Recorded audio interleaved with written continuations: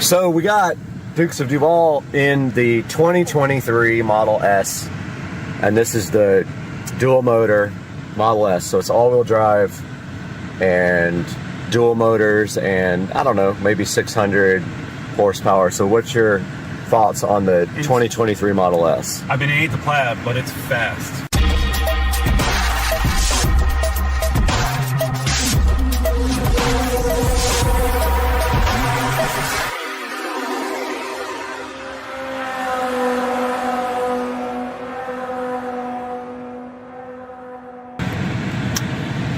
So we got Dukes of Duval in the 2023 Model S, and this is the dual motor Model S. So it's all-wheel drive and dual motors, and I don't know, maybe 600 horsepower. So what's your thoughts on the 2023 Model S? I mean, it ain't the Plaid, but it's fast, like extremely fast. Would you own this? I would own it. Okay. But I'm not going to pay $80,000 for a vehicle. I'm a little cheap.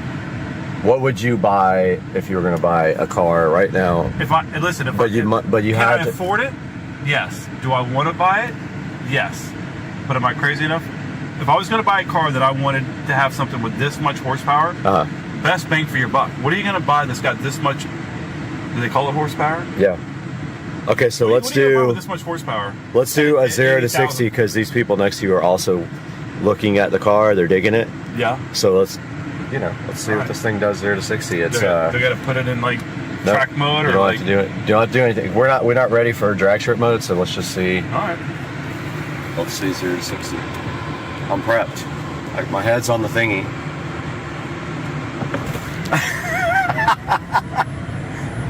There you go, 60, 70. We did it. They're still coming off the light. I'm sure they're back there cracking up. And they're stopped at this light, and we're not. They have to be laughing. Look, that's not real. All right, this thing's good. I think it does 0 to 60 in like 2.8 or 2.5. And I like the interior. I don't know about the white. The white's got to be for someone that doesn't like to get their hands dirty. You can put your tequila shots in here. Yep. That's crazy. I think my car actually has that, and I don't even know it. You probably don't. I've driven my car like 3 times. Yeah. You were in the car, one of them. Say 2007 Camry. See if they could keep up. So I've never done drag strip. Whoa!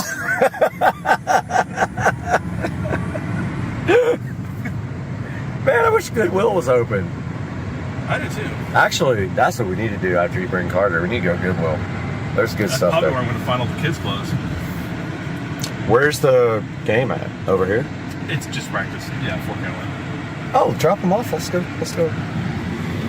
Hit up Goodwill. Get some subwoofer. That's where you got to shop when you buy an $80,000 Tesla. Can't afford anything else. Can't afford, exactly right. Got those new Pumas though. Oh, that's good. Kicks. Oh man, look at you stepping up. Dude, these are good. Nice, man. Yeah, these are good shoes. I love them. All right, we're in the 2023. Let me get past the entrance for... We're in the 2023 Model S, and we're going to try out drag strip mode. And what we are going to do is stop right here. We have the car in drag strip mode, and it said it's ready. So Joe has to hold down the brake. Yep. Hold down the accelerator. All right. Wait, it'll tell you. Both pedals pressed. What's it saying? Saying both pedals pressed. Oh, it won't let you because it's a rental, I bet. Oh, hold on. Preparing for launch. Nobody's behind us. Oh. Ready to launch. Zooming in. Is it ready? Yeah.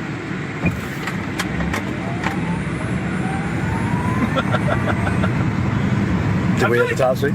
Oh, well, I got to like 82 that I put back down. But I feel like it wasn't much different than I probably would have if I would have just hit the gas. Yeah, it's not like the Plaid. It's not as dramatic. Dude, my car is faster than this car. Right? Oh, 1,000%. You're testing the brakes. Can't park here. Now you know the brakes aren't amazing. No, they definitely not.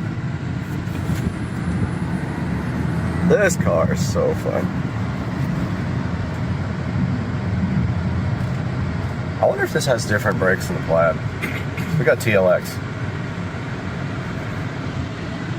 So, do you think it's still like pretty close to my card? No. That's not really. I don't think so. I mean, like a couple seconds off of. I mean, you definitely lose it in your stomach a little bit if you're not prepared. But yours is a whole different beast, man. Yeah. This is a 10.5 second car. Yeah.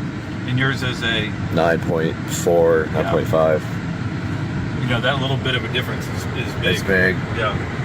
400 horsepower. Extra. Oh!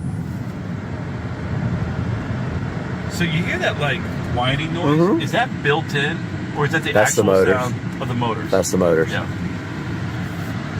This has a Navitas conversion. 70 volt. I wonder what the voltage is on these. It's gotta be a lot. I think it's 48. Let's see. We're gonna Google this. We just Googled it. Remember this guy the other day? Oh yeah, we got into a fight with this guy. Tried to to beat us up. He would have gotten worked over. Yeah. He knew that he couldn't, like, he's not going to be able to handle one, but two is like certain death with us. We're not going to I don't tag team anybody. Oh, look at these two. Oh, this guy. What? Show them the Model S. So we're going to find Munchkins, maybe. Show them the Model S. They love everything to do with the Plaid and not the Plaid. They haven't been in that. Oh, she's going to your house. These guys. Garage closed. No, they're not outside. Hey, what's going on, man? I just bought it. What do you think? It's good. It's good. Brad sucker me into getting one. Hey. Got him! Got him! Oh! Whoa! Whoa! All right, this is 0 to 85 in the 2023 Model S dual motor. Here we go. 1, 2, 3, go.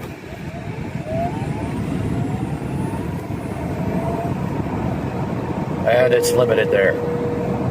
Very dirty.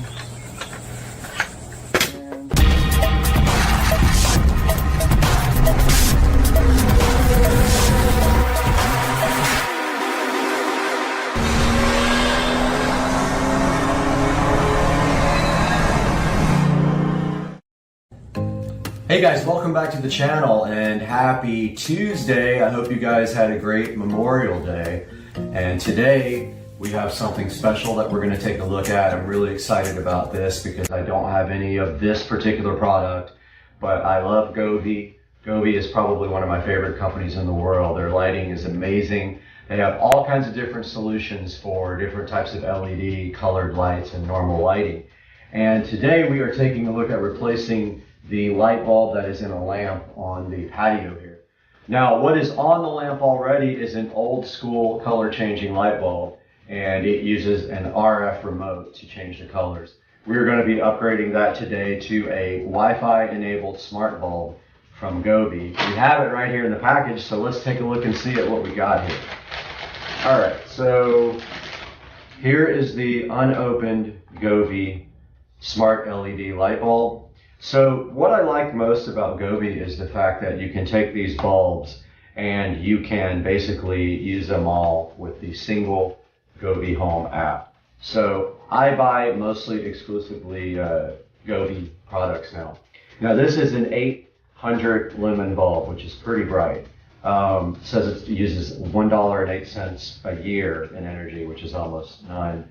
And if you run it for 3 hours a day, it'll last you 13.7 years. The model number is the H6008, and it is an E26, which is just a standard Edison bulb. It uses 9 watts of total power. Again, this works with Google, IFTTT, the Govee Home app, and of course with Alexa. So let's go ahead and take this guy out of the box and see what we got here. Traditionally, these are pretty easy to set up.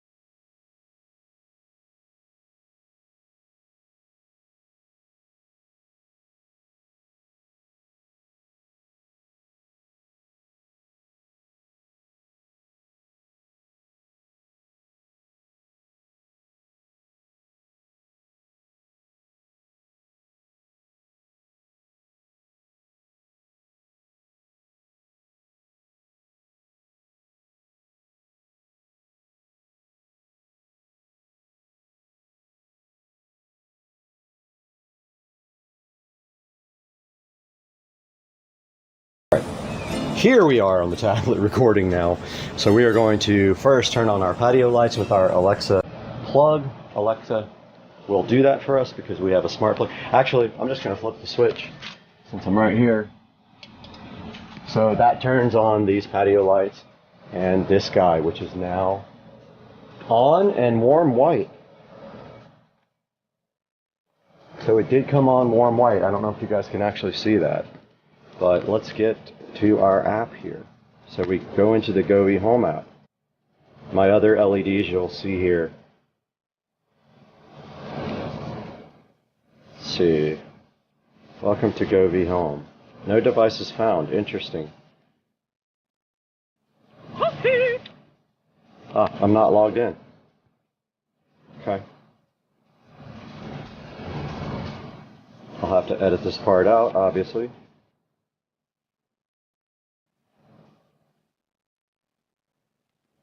Alright, so here we are logged into the Govee Home app. And you can see here my devices. Bluetooth is off, so let's turn Bluetooth on my tablet. We are on now to add a device. You click the plus, so I'm clicking it now. And then you have to know which light you are adding. So let's see, indoor lighting. So we have the H6008, so we pick that on the tablet. It's one without the bulb. It doesn't have a bulb symbol, it just has a G. So it's found the bulb. Here it is, H6008. So we click on it. It's connecting via Bluetooth.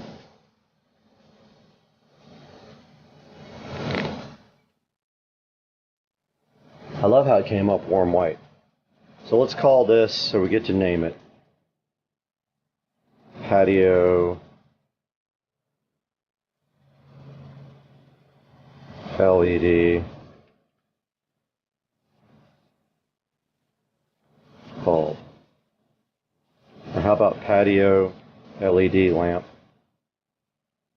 bulb? That's good for now. We click done.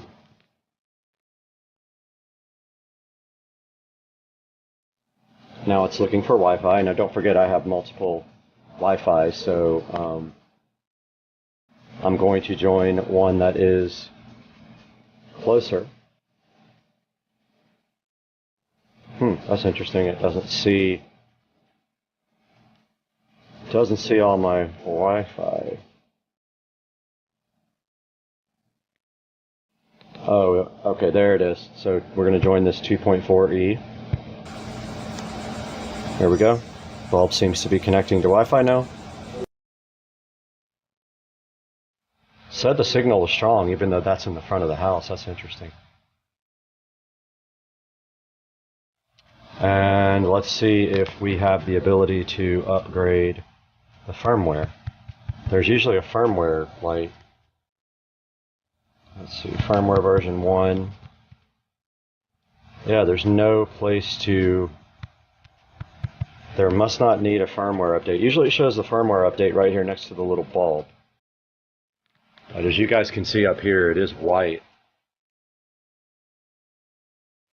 And you can do scenes and color wheel. So if we go to scene, we can do the same ones that we have on our bulbs for our smart mirrors. And there we go. You can't see it, but it is running colors now. So that is basically it. You can also sync up multiple devices. Like you can have, that's a different color there. You guys can't see it, but it's a bluish color now. I don't know how much of that you guys can actually see. But yes, I can change it here in the app, and you're seeing that live as I do it. So then if you have like devices, you can actually pair them all. And you can make them do the same exact colors. So that is the, I thought that was falling. That is the Govee Smart Bulb. The Govee 6008 smart bulb, guys. I hope you enjoyed this little review and setup of this device, and I hope you guys have a good day. Bubba, why do you sit with your arm hanging off there like you're all posing because you're on YouTube and you're the most famous cat on YouTube? Why are you trying to be all dominant? You shouldn't be dominant, Bubba. Look at this leg hanging off. Just because you got just one leg. On to the next part of the Avon E90 BMW Android navigation system review. We were talking about MHD. Now, if you own the monitoring code, what is it called? The pack or whatever, you can go here and you can go here. Now that's interesting because that has the gauges on it, and you are able to configure. Oh, a cop just came and was looking at me like, why are you sitting in your car, brother? So this has the gauges on it, and you can configure it how you want. So this is really cool. Notice there it's got all the pertinent information. Now the way this is connected is by the K plus D CAN cable, which is down here. I bought the flat ribbon extension, and I am running the actual USB cable all the way up around the dash. It goes underneath the dash there, through this center console and into my glove box where I have the USB ports for the Avon. So in the glove box there, I have the two USB connectors. I have a USB hub, and I have a Verizon hotspot right here. So this is where I'm getting my internet connection, Wi-Fi.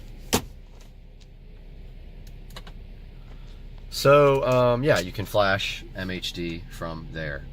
Now let's hit the back button one more time, and we also have our XHP flash tool for flashing the transmission. Again, it asks you for the USB cable every time. Don't know why, but it's annoying, but that's what it is. So just to clarify, this is the 6-core unit. It's Android 8.1. I paid extra for the 6-core. It's very, very responsive. No issues at all with lag. No issues at all. Plays YouTube videos perfectly. We can take a look at that. So if we go to apps, oh yeah, the iDrive does work on this menu. Got that wrong. But yeah, if we go into here to apps, and I don't think I have Supercar Street Racing on here. Let's see. Nope, I don't. So I can't show you my app videos, but I can show you anything else. So yeah, here's proof. No, I wait for you under the car. That the videos do work. Now, oh, I forgot to tell you guys one thing before I end this video. The way that this connects into the audio system is via the auxiliary port right here. So you need an auxiliary jack, or you need to put one in. That's how the audio gets from the unit to the BMW system. It automatically switches the BMW unit to auxiliary when you turn on the car. You don't have to worry about that, so it's awesome. It does that for you. But yeah, USBs are 2 USB cables in the glove box, and this is the, oh, let's talk about their tech support, which is not very responsive. I've gone a week without an answer, so don't expect tech support to help you. They also have not addressed the problem with it booting to either BMW or the Avon. You can expect a week or more without an answer, so tech support is almost non-existent. So that, if you can deal with the installation hassles and the no tech support, then you will be fine with this thing, and it's awesome. If you have any questions or comments, leave them down below, and thanks for watching. Alright guys, the next day, I was so frustrated with that Mac last night.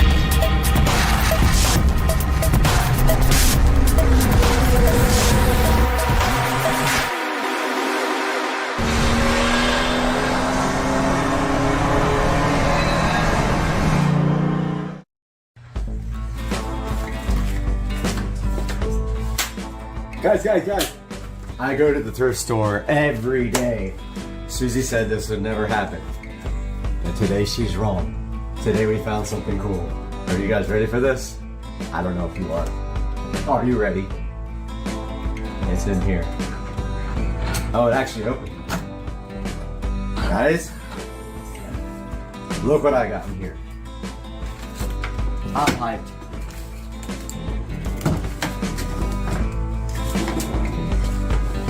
I found this at the thrift store.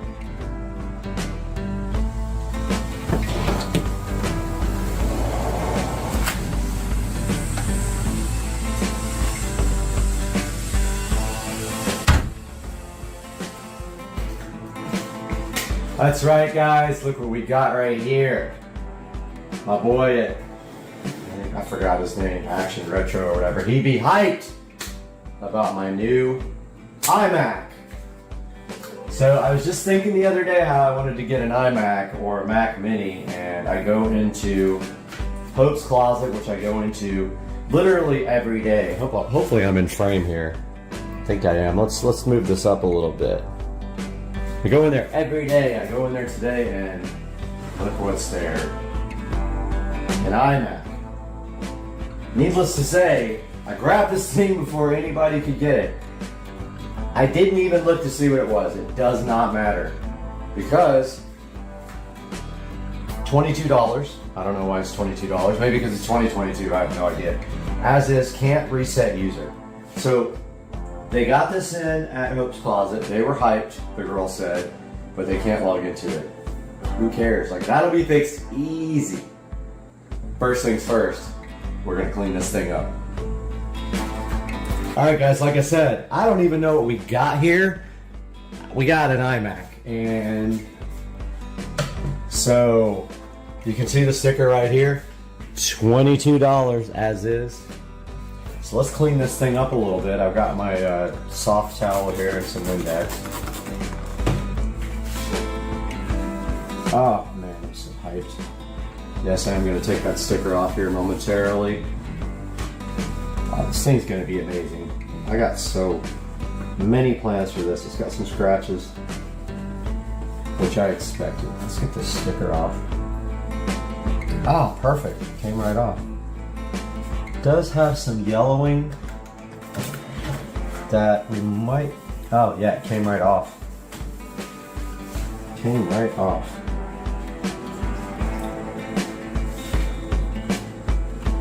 Front's coming up perfect. Perfect. Look at this thing. Beautiful. So I had the first Apple II Plus when I was about 10 years old. And talked to my dad about 2 years ago, and I was like, hey man, you still got my Apple II Plus, right? And he's like, no, I gave it away. I'm like, dude, let me kill you. Little does he know what those things are worth. Now, let's turn it this way so you guys can see the side, because it's pretty nasty here. And yet, it all comes right out. But I buy a lot of things at the thrift store, and what I found mostly is that these items are just cosmetically dirty. They don't have real issues. Top's kind of dirty too. It's coming right out. You can see on the rag here, there's a lot of dirt on the rag already. Let's turn this bad boy around, just like that. Have a look at the back there. So it doesn't really have any major problems. It has a few little scratches. It's very dirty. Probably had, 50 hands on it. But it is, all that stuff is coming out nicely. So anything that you can't get out with just regular spray, I have Goof Off. And Goof Off will take all these, if you want to, we'll take all these stickers off, any glue, anything like that that won't come off with just like a regular spray.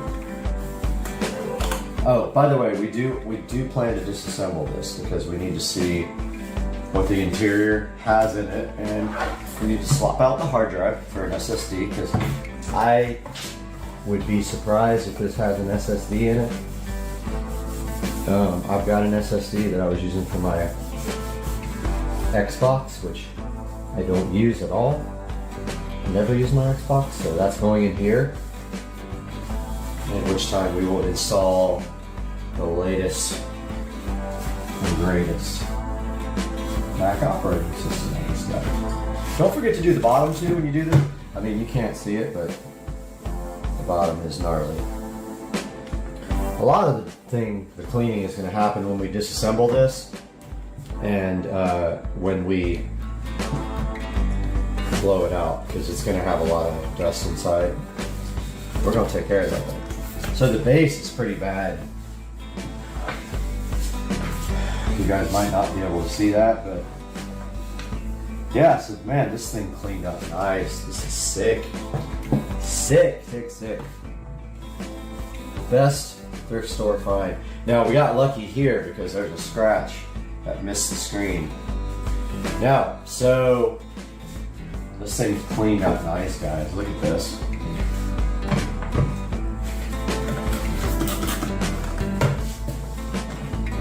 Just came out so nice. All the dirt came off of it. And there's all the inputs. Looks like we got a headphone jack, speaker jack.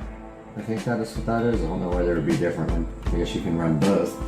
USB, Firewire. Not sure if it's 400 or 800. Ethernet, and then mini DisplayPort or Thunderbolt. All right, so there's a stubborn one right here. And that came right out from Windex. And so will all of these on the corner probably. Alright, so that's going to do it for the cleaning of the brand new iMac, which we don't know what it is. Ah, there's actually a tag. There is a tag here. Let's get a little bit closer to this guy. Alright, so there's somewhat of a tag there. So, unfortunately, it's a Core 2 Duo, which is not very great. I think it's 2 gigabytes of RAM. I can't see the date, which the RAM might be upgradable. We're gonna find out here once we get this thing open and get it fired up. Definitely a Core 2 Duo, not a great processor, but dual core processor. Looks like 2 gigs of RAM, probably can be upgraded. Not sure what hard drive, but we're gonna take care of that here shortly. So this left a gnarly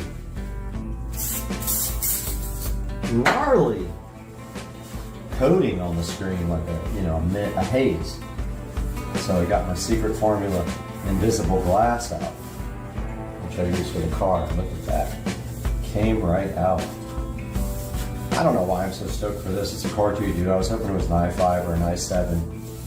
Can't go crazy with a thrift store find, but look at how shiny that thing is. You can see the reflection now for sure. This thing's all crooked. All right, so we got it shined up. The first thing we want to do though is we want to get that OS backed off onto a hard drive.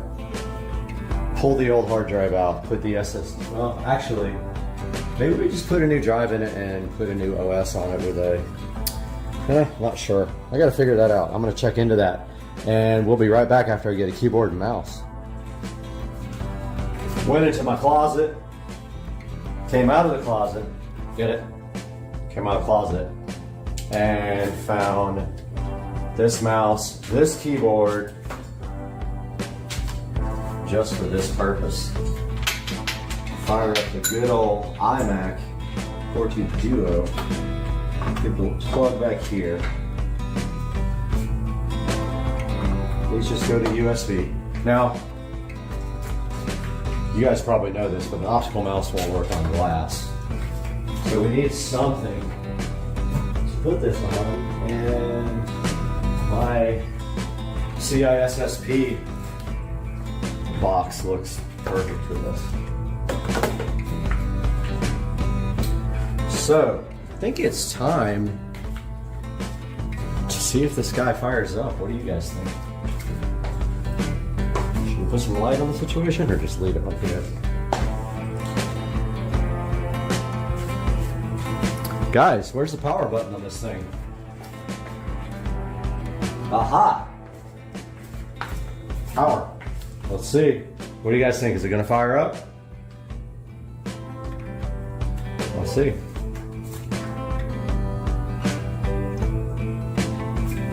Nothing. Did it come unplugged? Yep. Came unplugged. Scared the hell out of me. Alright, here we go. Ready? I heard it. Yes! So stoked. Alright, so thrift store says that this guy will come up and prompt for a password. Let's see.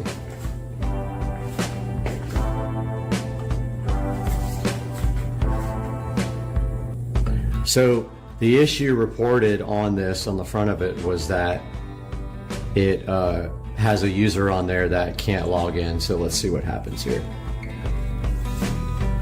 Ah, we got the Apple. First of all, very slow. SSD will help that tremendously.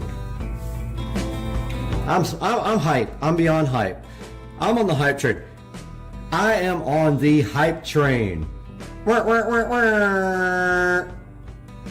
horns. Alright, so we got our Apple, that's normal. This is the OS booting up. This thing looks good.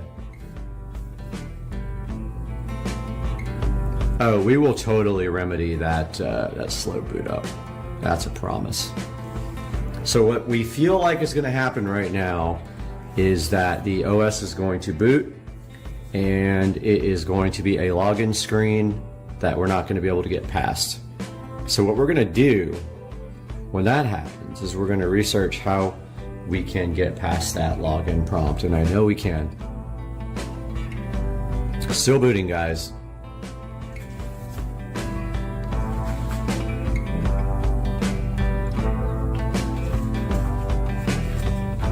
That is quite a boot up time there. Gotta get some liquid water while that boots up.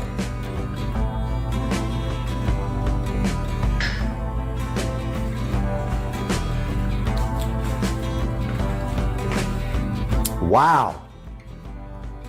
That's bootlicious, isn't it? That is slow, guys. I'm hyped though. So hyped just to get something for $22. To get an iMac for $22? No. Alright, this guy's still booting up very slowly. That's an hour-long boot process.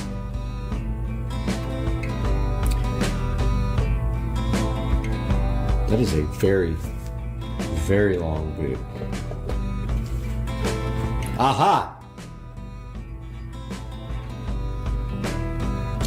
That sped by quite quickly there. So there's a way to get into recovery mode. We'll probably try that. And so I used to be into Macs completely, and it's been forever since I've done anything with them. So I got to kind of relearn the environment. We do know this is a Core 2 Duo. And so it's an Intel processor, of course, which they were for a really long time. So likely we can put the latest operating system on here. And we got to figure out this 4 or 5 minute boot process. Come on, brother.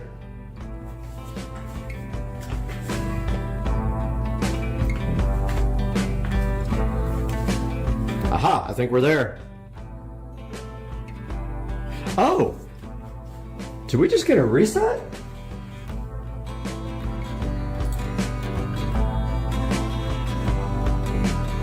This is like it's never been done. Wow, okay. So we're at the utility screen.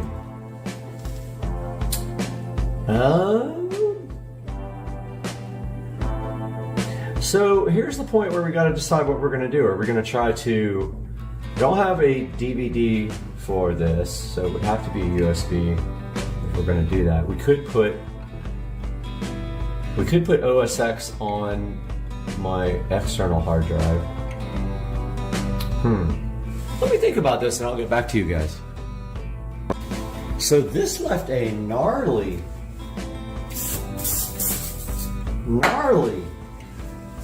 coating on the screen, like a haze. So I got my secret formula invisible glass out, which I use for the car. Look at that. Came right out. I don't know why I'm so stoked for this. It's a Core 2 dude. I was hoping it was an i5 or an i7. Can't go crazy with a burst or fine, but look at how shiny that thing is. You can see the reflection now for sure. This thing's all crooked. Alright, so we got it shined up. The first thing we want to do though is we want to get that OS backed off onto a hard drive. Pull the old hard drive out, put the well actually, maybe we just put a new drive in it and put a new OS on it with a, not sure. I gotta figure that out. I'm gonna check into that. And we'll be right back after I get a keyboard and mouse. Alright guys, so I did reinstall and it says you need to be connected to the internet. I clicked the network utility, I pushed Wi-Fi, and let's see, reinstall OS X. Try again, okay. So, alright, so utilities, network utility. Ethernet, no. Wi-Fi.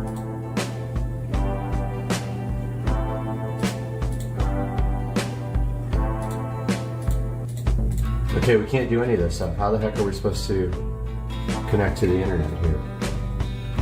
I think I'm gonna have to Google this because I don't know. It says Wi-Fi, but yet there's nothing to connect. All right, let me look this up. All right, I'm an idiot. There's a Wi-Fi menu in the upper right-hand corner.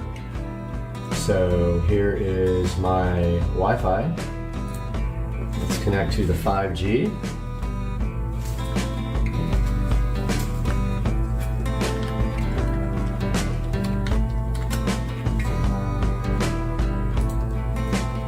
And looks like we are there. Let's do reinstall OS X. Yeah, we are. Oh, okay, it's letting me go past. Continue. Wants to verify my eligibility to reinstall ASUS. An error occurred, okay. Reinstall OS X, please. Please reinstall OS X. Okay, it's just failing right there.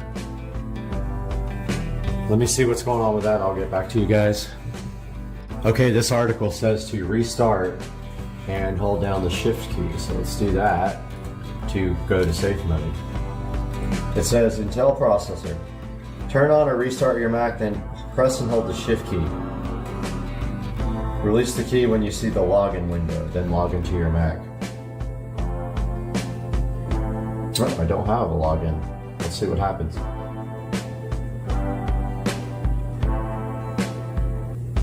So we might be doing this for nothing because, yeah, I don't have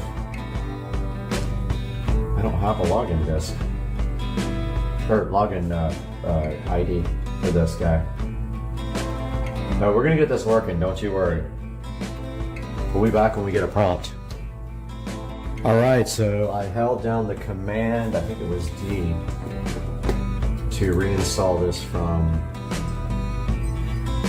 it's the same. So let's see if we still get the same error.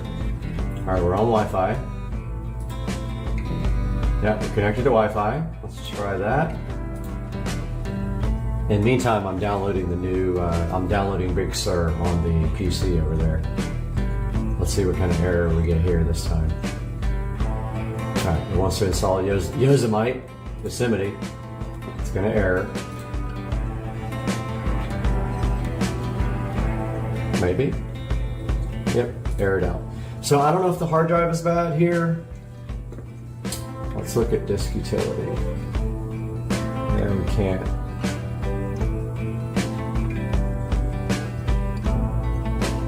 Can't do disk utility, interesting. Oh, there's this utility bad. Man, it's been a while since I messed with it. Just let's see what hard drive is in here.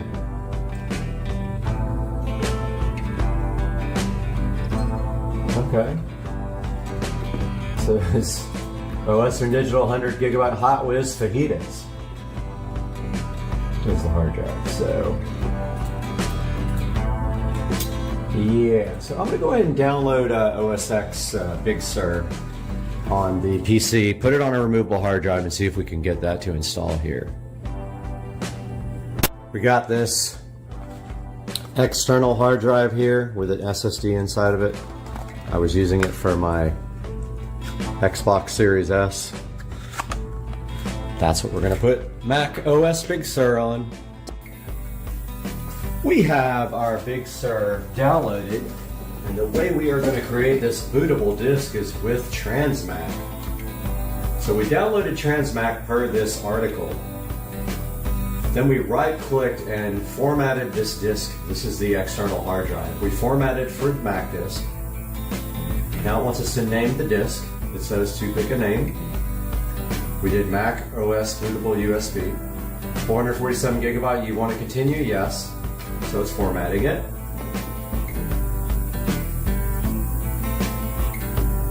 After that, it says we gotta right click the USB drive and restore with disk image. So it's done. Right click, restore with disk image. We gotta select our DMG file. So let's browse for it. It's in D, downloads, right there. Click the OK button.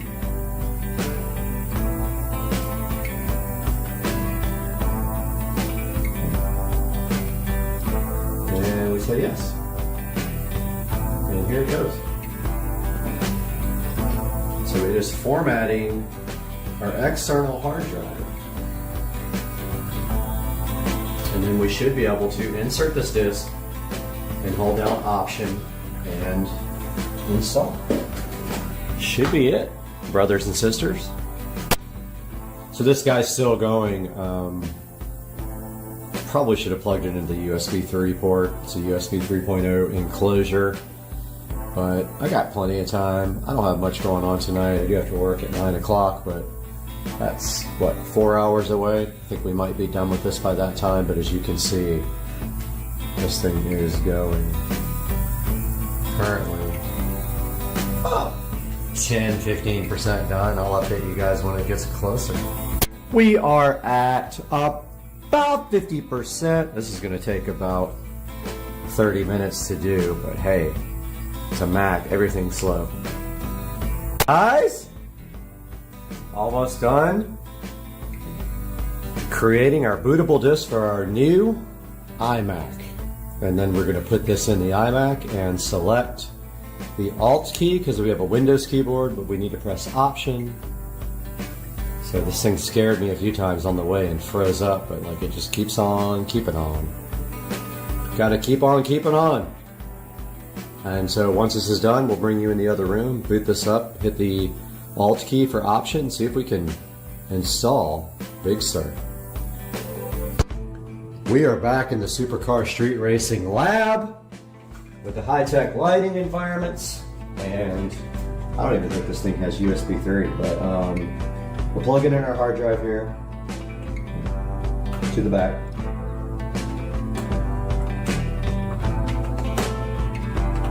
And plugged in. We gotta hold down the Alt key while we boot this guy up. Oh, it's already booted up. Go to restart and hold down that Alt key. See if we can get that boot menu and boot from this external drive. Got our Alt key hold down. Come on, give us the boot menu, sucker.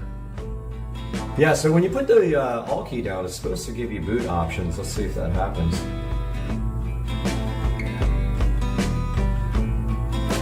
So I've been reading about replacing the hard drive on this thing, and it is not going to be good times. Heard you gotta take the screen out, so we'll see if I need to get a suction cup thing. Dude, I still got the Alt key held down. Come on, brother. Come on, brethren. Nope. No.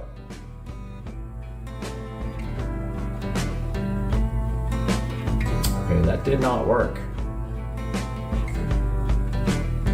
So, not sure what happened there. Supposed to get a choice for a boot up menu. Let's see. Get my tablet out here.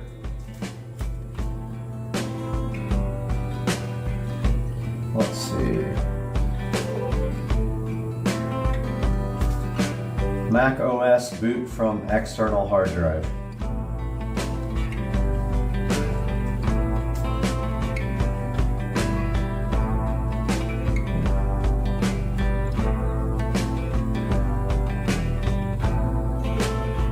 It says the option key, but I'm holding down.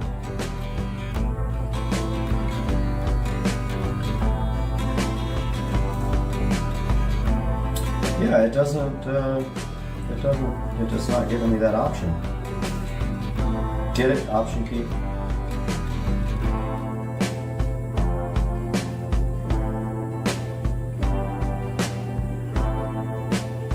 Yeah, I have held down the Alt key, which is supposed to be option.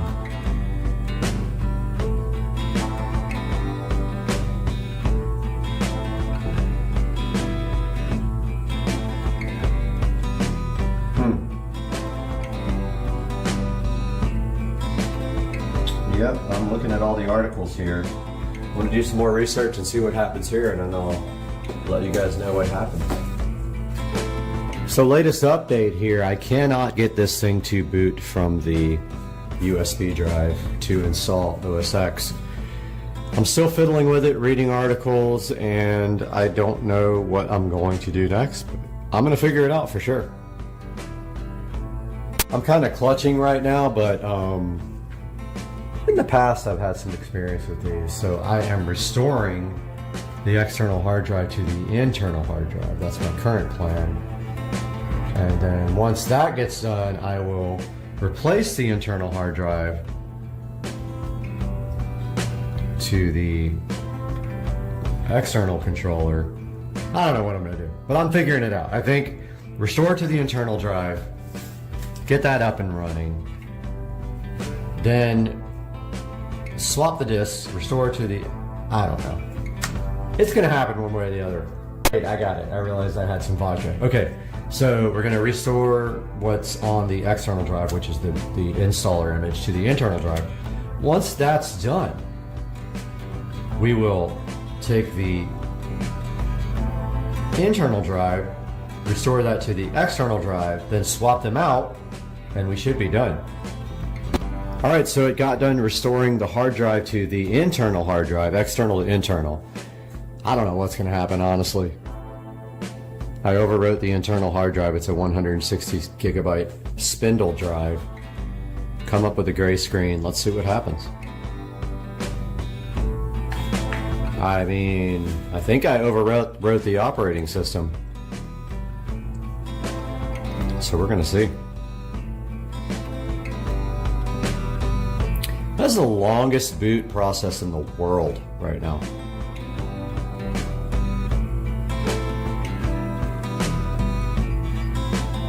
I mean, how is it booting? I just restored over the drive.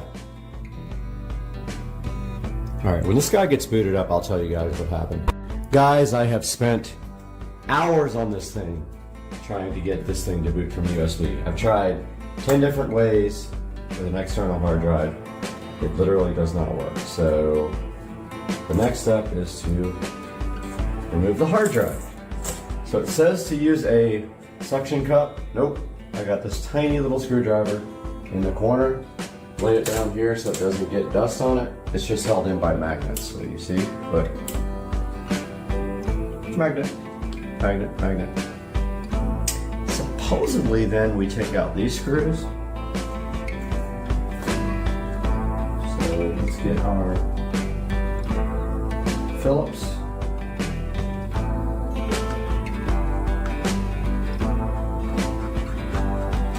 Which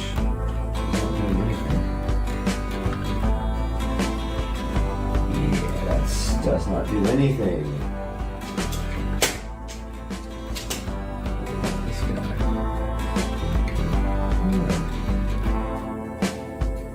Alright guys, I'm going to take a look at this and see what kind of screwdriver this takes, and I'll be back. Alright, this is a Torx. So I got my Torx set out. And I got my trusty Black & Decker badass little drill. It's gonna be a tiny one. I don't know if I have this size though. Let's see. This is the small size I have. It's not that small. Oh! Score! Let's get our headlamp on here. Because we're blind. So I've never done this before. I'm just seriously just going off of the screw remover. There's one. Dude, if you're doing this with a manual screwdriver, I feel sorry for you. Watch the battery die.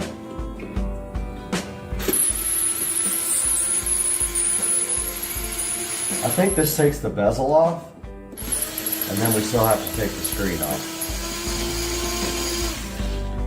They make it, like, why can't you just have a little cover on the back to take your, oh, some of these are short.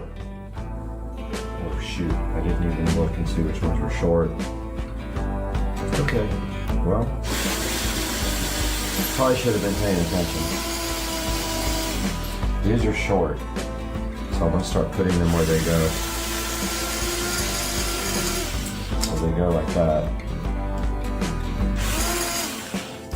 Yeah, I think these are the long ones down here, but I messed up. These are all short, but I have a few long ones that I don't know where they go. It's gotta be these three down at the bottom.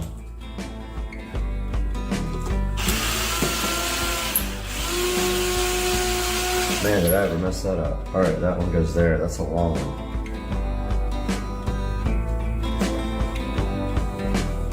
Alright, there's no screws left.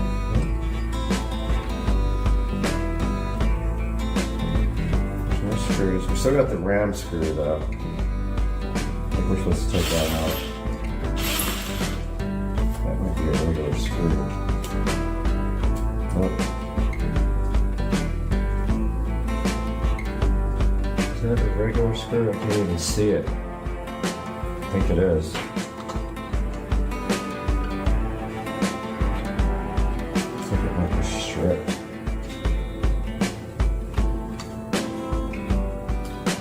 Yeah, I don't know what's going on with that, but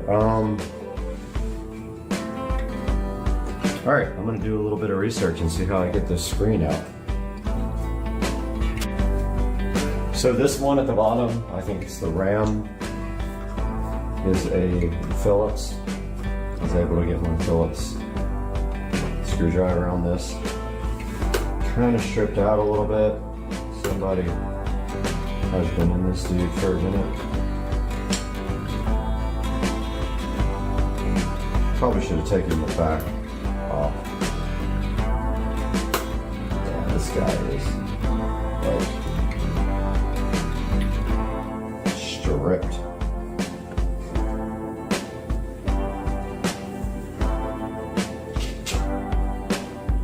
Boy, might be the worst.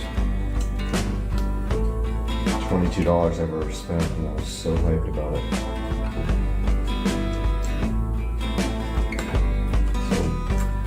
the RAM drawer is not coming out. I'll loosen the screw.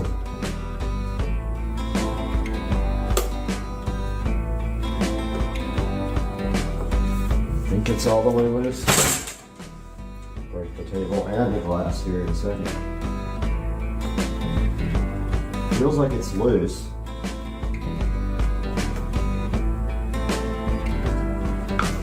It's not coming out.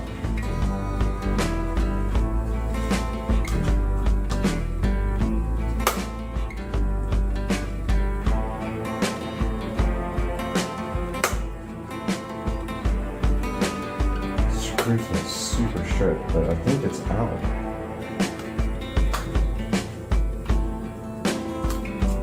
Can't get anything in it. Let's pry it.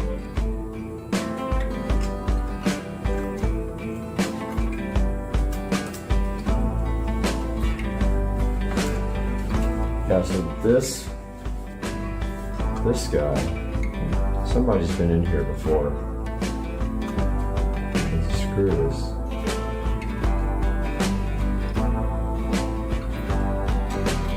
It's too small for that guy and it's too big for these other ones. Yeah, I think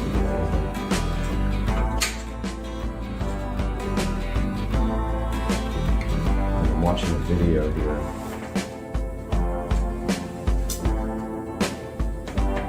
This guy's saying Phillips head.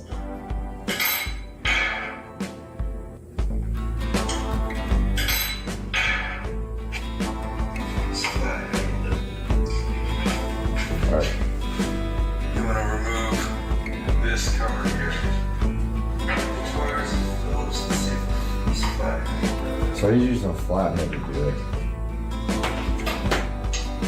And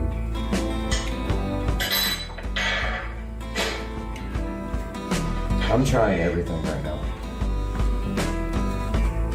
It's loose. So it's just kind of stripped.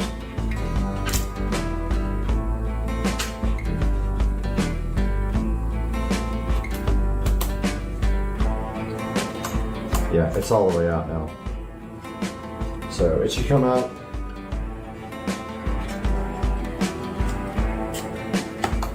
Yep, we got it, brother. Yeah. Got the RAM cover off. It's got 2 DIMMs in it, so probably 1 gigabyte each. So let's watch this video and see what he does next. This piece of you're not to drop it real slow. This is full of gas. Okay, so now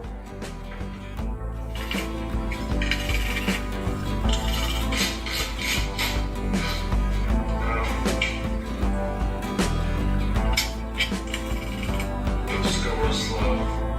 Right here. okay, so he took the cover off next. Because there's no more screws.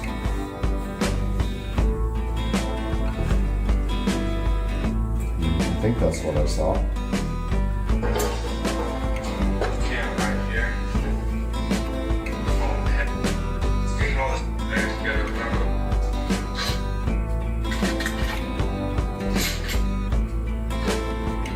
So I already took the RAM cover off. Okay, lay it back down. There's no more screws here. Remove screws using T8. I did that already, so I'm gonna remove the screws. Real careful, the screen right here. Don't scratch the screen when you do this. That's these screws are longer.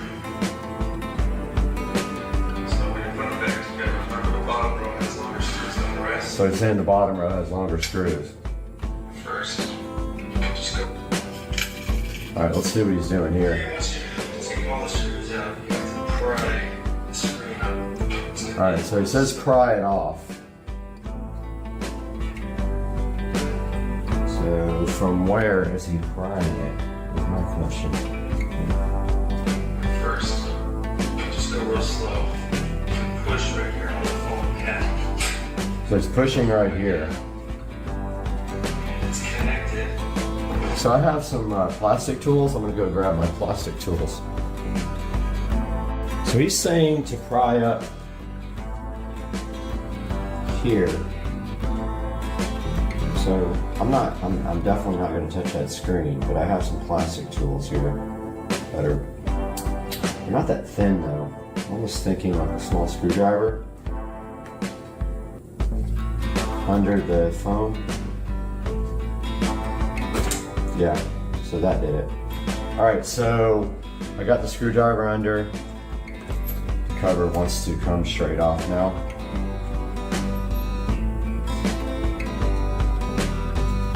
I think. I mean, I don't have anything connected to it. Yeah. So that guy just came right off. Oh, I probably almost broke the camera. I shouldn't pull that hard on it. So that's the camera, which I literally don't care about. Let's see what he does next. Camera right here. Yeah, I didn't see that and I pulled pretty hard.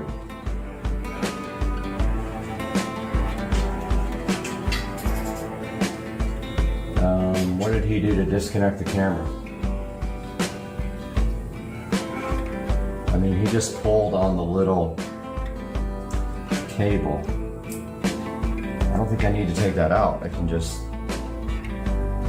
All right, so I see the Wi-Fi module. I see the fans. I see a lot of dirt. I see the speakers here. RAM. 2 1 gigabyte RAMs. I believe it's 2 gigabytes. I haven't really looked yet. But we have to take off the screen now. So it should be corkscrew here. Be very careful if this thing goes back together, honestly. Try to put everything close to where it came from.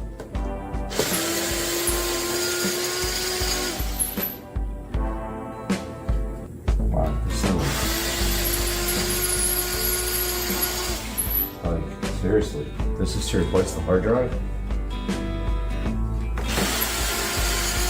I'm a PC guy, and like, I'm used to like taking the side of the case off, and then you have this. Take the screen off to get to the freaking hard drive.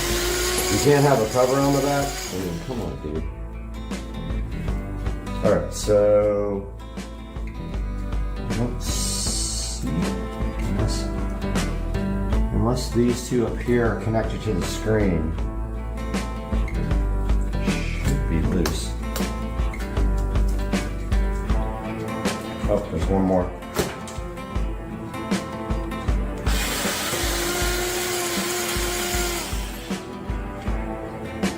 Okay. Well, got a piece of something there that I don't know where it came from. So we got the screen loose. Have a connector. There are a few connectors here that are in the way. And where the heck is the hard drive? See the super drive. Okay. Oh, it's the final port. Alright, so there are a few connectors here that are blocking this. Need to take out, or just work around. Yeah, it's a 5 1/4. So, yeah, so there's a connector with Torx on it, very small Torx. I'm going to try to not disconnect.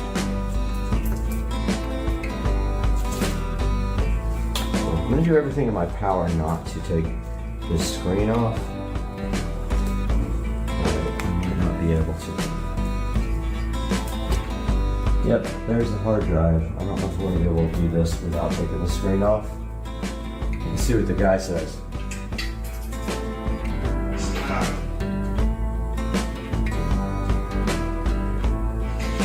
So he is taking the screen off now.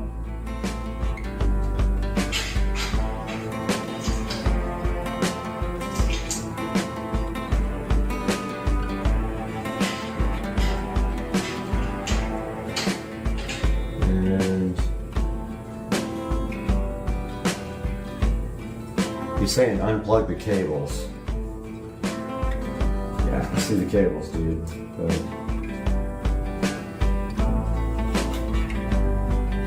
unplug. Okay, if we can just unplug this one, there's a couple of little white connectors here. If we can get those off. Yep.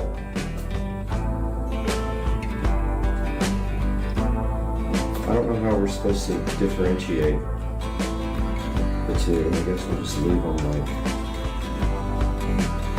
kind of close to where they go. You know what I mean?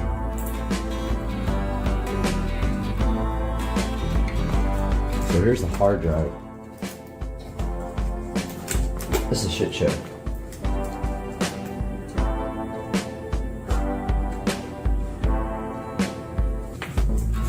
Hopefully I can get the drive out. I do not want to disconnect this thing. Okay, well, that's all we need to do right there. So there was another little connector right here. I had to disconnect. Oh, this gives me anxiety to the nth degree, man. Now what? Alright, I'm gonna look at the video real quick. I will be back.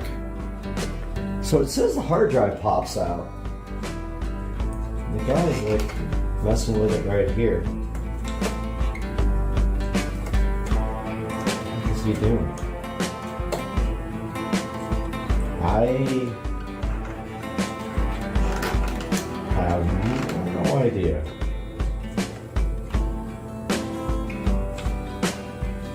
I don't know. It says it pops out. Let's see the video here. So he's messing around with this side. And he says,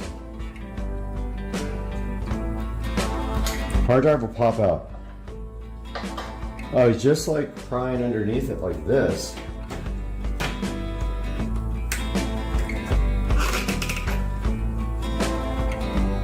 Dude, I don't know about popping out. Seriously?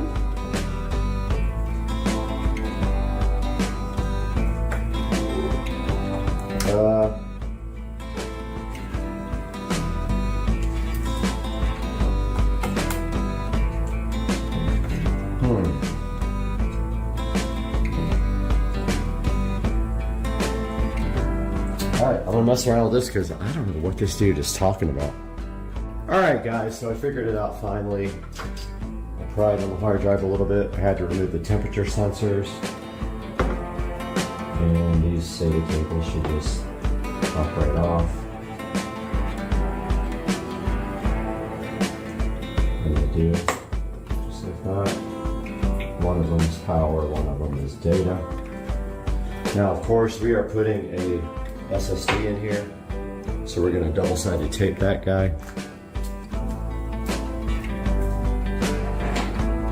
And this is the SSD we're trying to install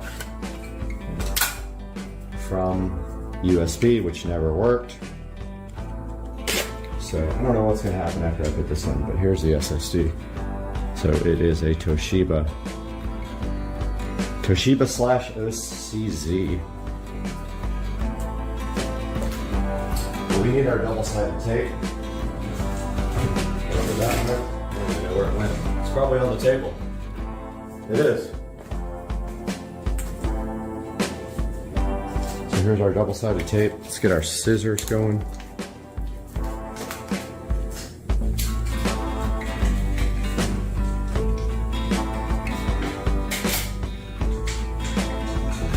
Get the scissors, guys.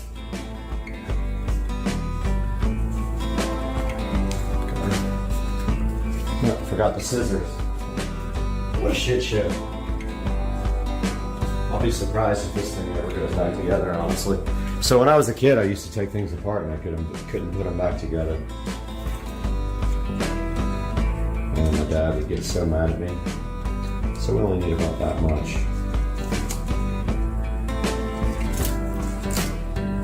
Just to stick this guy in.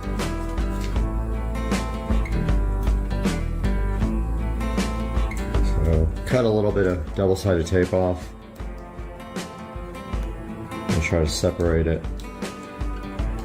Of course, I'm never gonna get it while I'm on camera.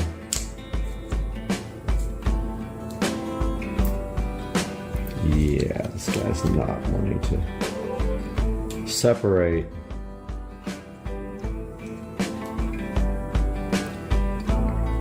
Oh, can't even with this stuff.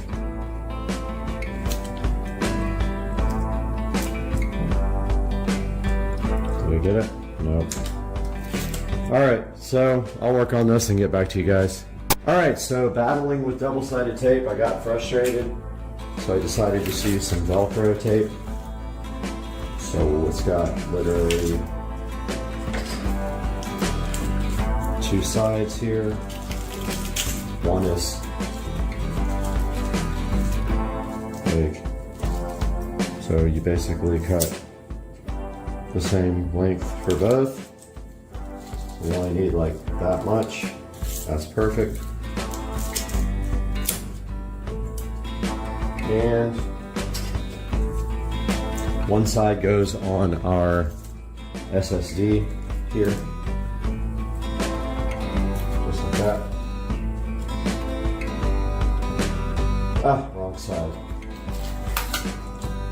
The data cable's over on that side. I put it on the wrong side. And the other side goes on the motherboard. So what we'll do is we'll stick it to the actual Velcro, attach the cables, and then let that thing stick itself like this. So now we'll attach the cables back, and we'll go ahead and let this thing stick to the motherboard. Ah, okay, so interesting. It doesn't want to stick because the cables are in the way. So, yeah, it doesn't like that. So, it wants a height, basically. So there needs to be something in there between. I'm gonna find something to put in there to kind of offset that. I got the hard drive in there somewhat. It's just kind of Velcroed in, and this is the temperature sensor. So I'm just going to tape that. I mean, the SSD is never going to get more than like. I mean, the old school hard drives would get super hot. SSDs don't get hot, so I'm just going to take that temperature sensor back where it was. And then this guy should be ready to be reassembled.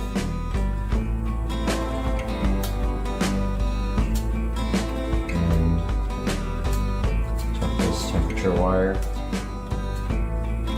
under.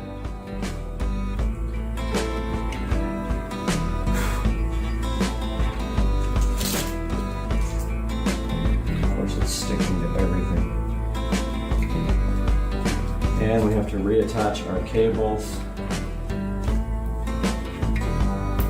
Hopefully everything still works.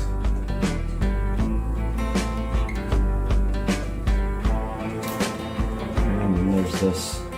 Oh, I forgot to blow it out. Yeah, I gotta get my air compressor in here. Blow this thing out. I'll be back.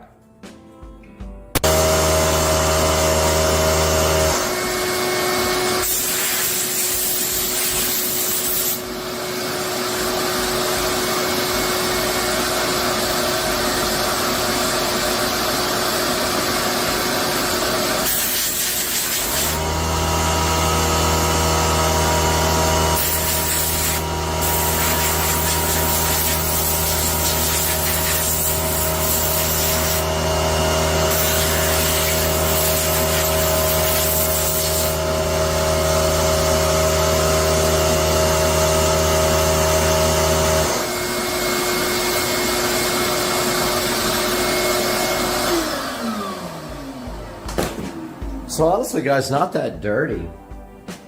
I was expecting way worse. Okay, so my eyes are literally the worst. That's why I have this light. I have one more connector here to reattach. The worst part is I don't even think I can restore this with what I have. I think I'm going to need the DVD to do this. But I'm going for it.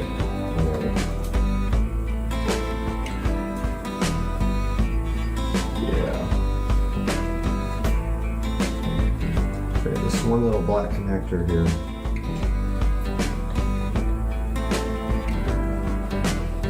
That I literally can't see.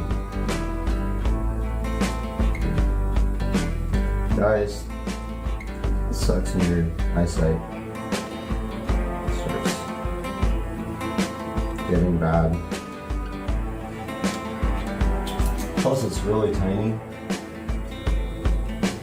I might need some needle nose.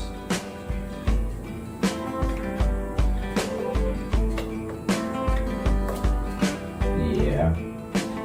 Alright, I'm gonna grab some needle nose pliers. I'll be back, guys. So I'm gonna punch myself in the face. I literally scratched the screen with a terry cloth towel that you use to polish a car. I have no idea how it happened. It's super soft, but yeah, there's some nice size scratches right here. You can totally see. So I blew it.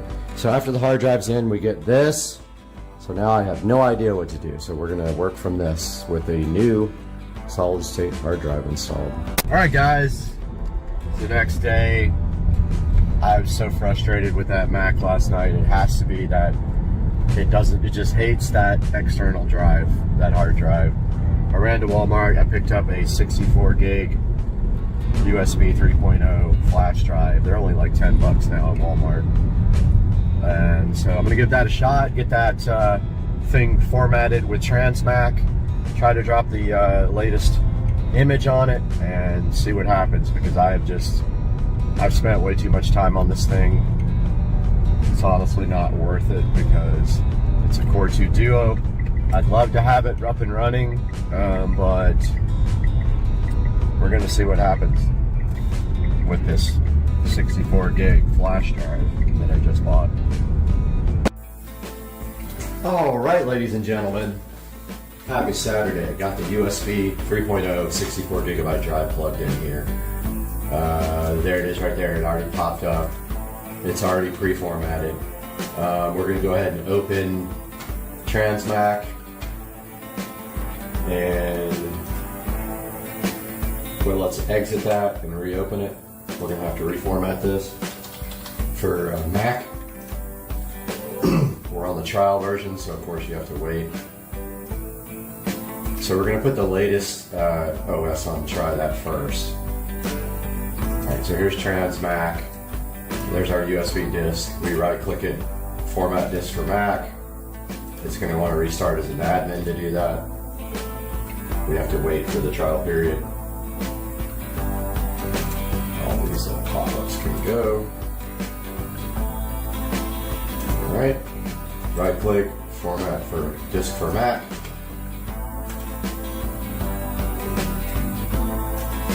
OS sucks. Still upset that I scratched the screen on that with a soft cloth. Man, those things are freaking very, very sensitive to scratching. So if you ever do this, if you ever remove one of those screens, do not use anything but like a soft paper towel on it. I used a terry cloth and it scratched the heck out of it. Alright, so it's formatting the disk now. We shouldn't need this partition anymore.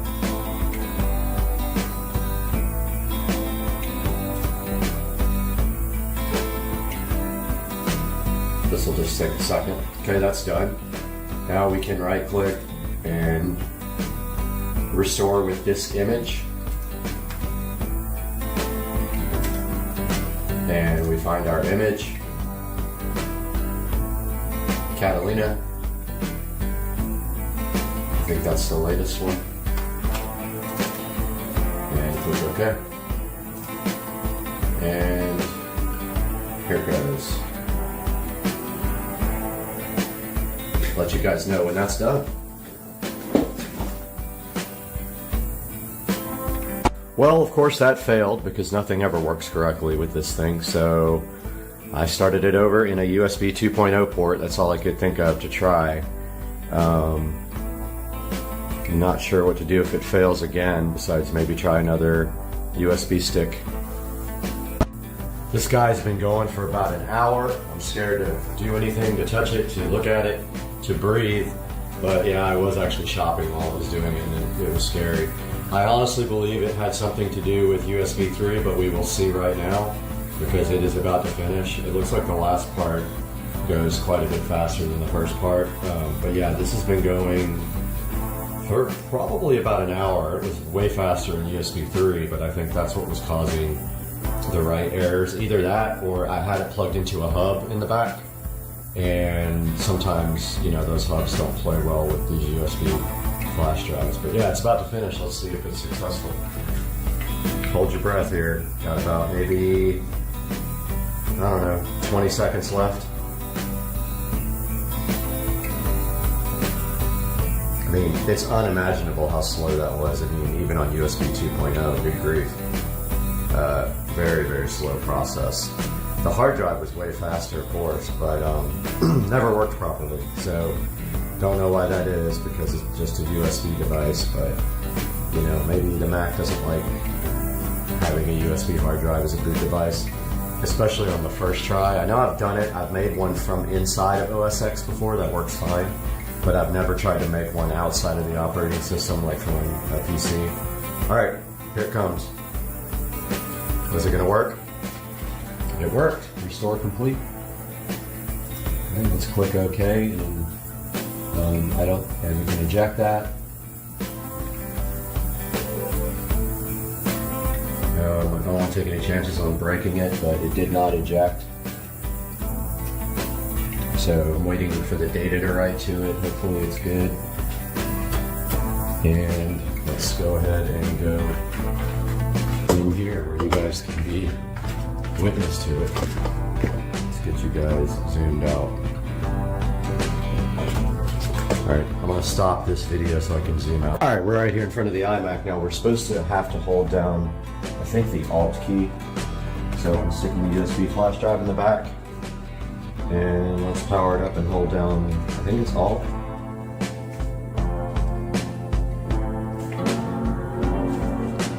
I think.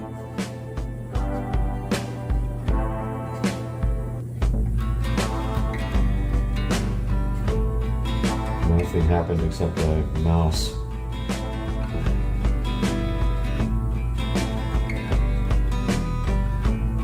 We'll try the other. We'll try the Windows key as well, and then we'll try resetting the PRAM and the VRAM, or the RAM and the PRAM, or whatever it is that you do to reset this. We're supposed to get a boot menu here.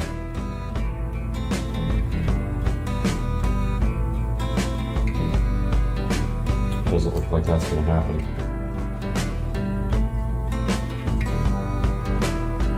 Let's try the Windows key.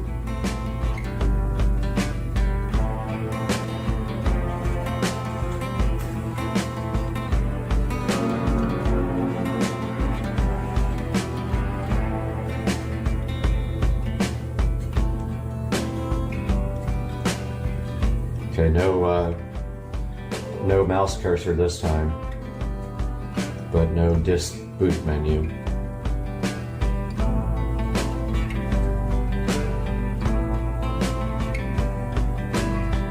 Might have to get my tablet out and Google how to boot from USB flash drive again. I thought you just held down the command key, which is the Windows key.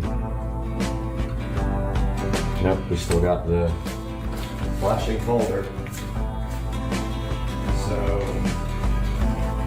So frustrating. I'm gonna search for this again. Mac boot from flash drive. Press and hold the Alt key. Option key, Alt, okay? I did that already.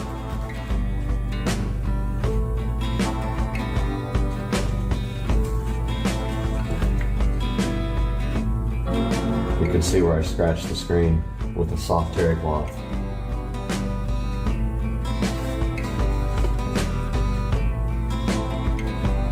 So I've been holding this down. I think we should have seen something by now.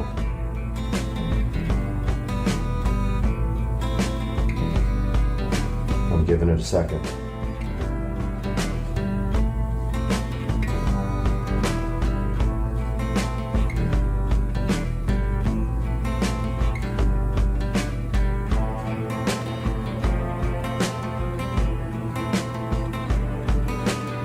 It says press and hold the option key when you boot up. Not working.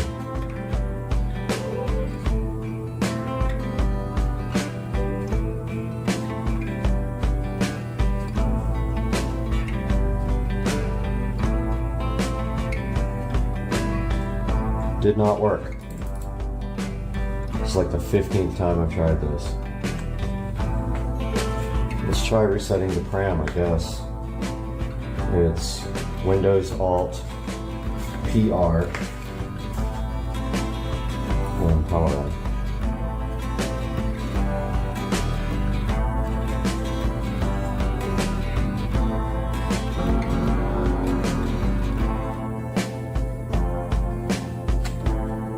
That should do it.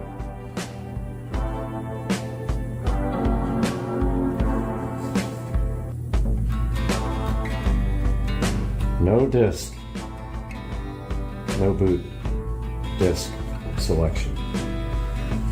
Damn it. This is frustrating as hell.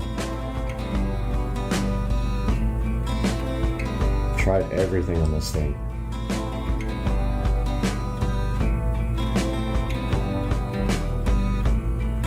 Alright, I'm gonna play with this a little bit. This is getting boring for the video and nothing's happening. And I'll be back.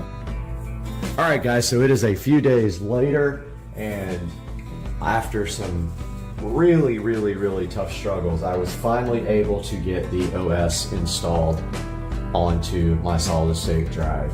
So here, what you can see now is coming up in the next video, and that is upgrading the non-supported 2009 mid-year iMac to High Sierra. Totally not supported, but I'm going to show you guys how to do it. So that's coming up in the next video. I hope you guys enjoyed my whole struggle with this machine. I really had a tough time with this. I tried creating USB disks. I tried installing it from an internal, I tried creating installers on an SSD and then installing that internally to the machine. The only thing I ever got to work was I created a virtual machine with VMware Workstation. I installed Catalina on that. Then I was able to clone that disk image, the actual boot image, with Carbon Copy Cloner onto a USB stick. I was actually able to boot off that USB stick, which I was so happy about. And then I cloned from that USB stick to my internal SSD, and it booted fine after that. So yeah, check out the next video where we're going to be showing you guys how to install High Sierra on my $20 iMac. Have a good day, guys.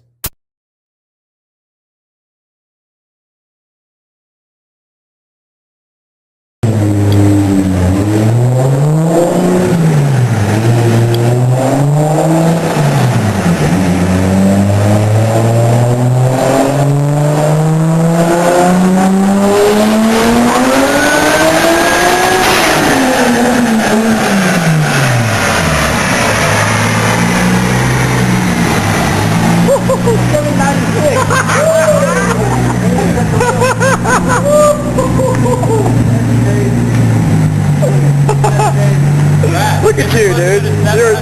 You're at 796, dude. You're at 3 horsepower away. We're done.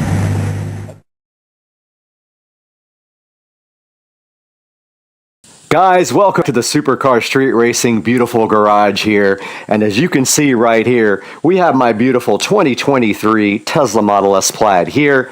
And right behind you, we have my lithium-ion 72-volt Club Car Precedent golf cart. Today, we're going to be working on both of these. We're going to take this to another step with the Shine Armor graphene ceramic coating. And we're going to do the wheels on this thing and on that thing. So stay with us.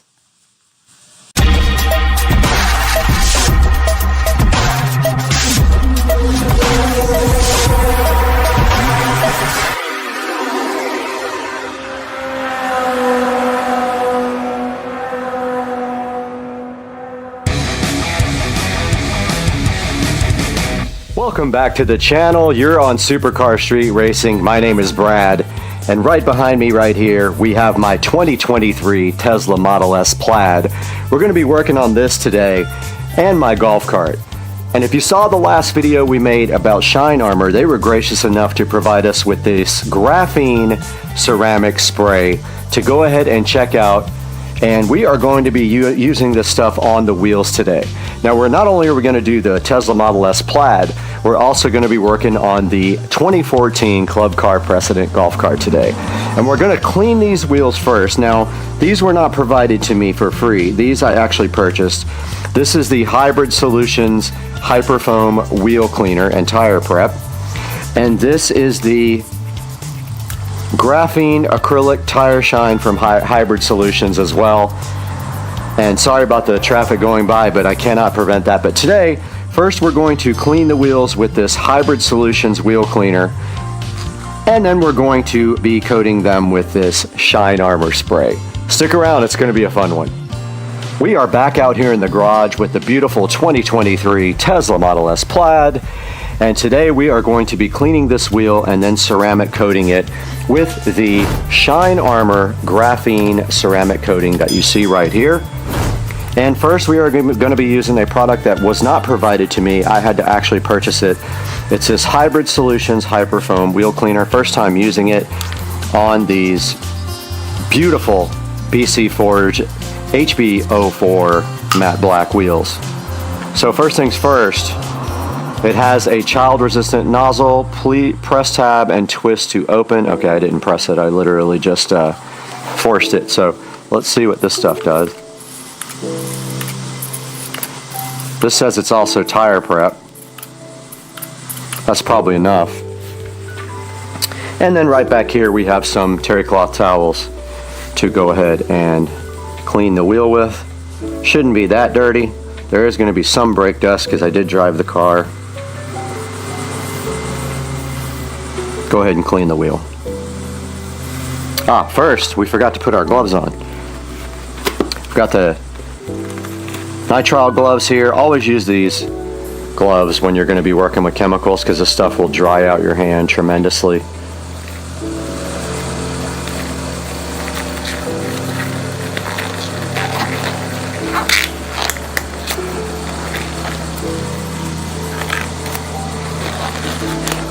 And what you want to do is just spray enough on there just to get it clean. Don't spray way too much on there if you can help it.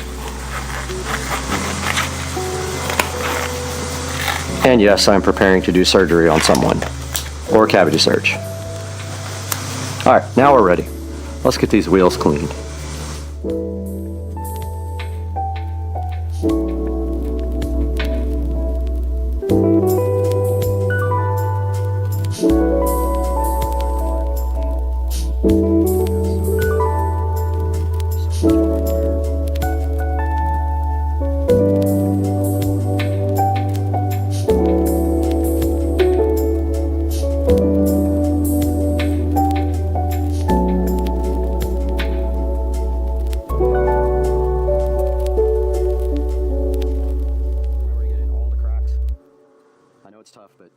Try to get it done as clean as possible. You don't want this stuff on a dusty wheel.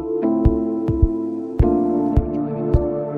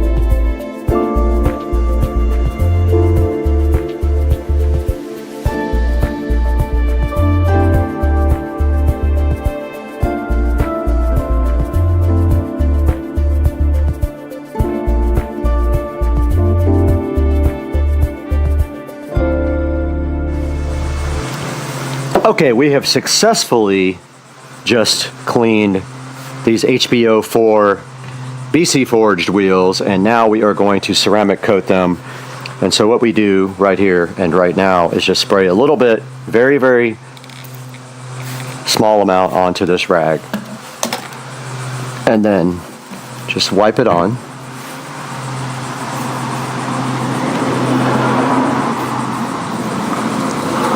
We'll get the face first.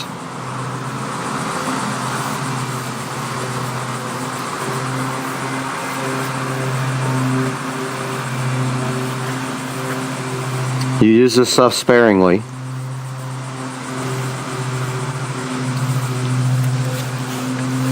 So just a little bit.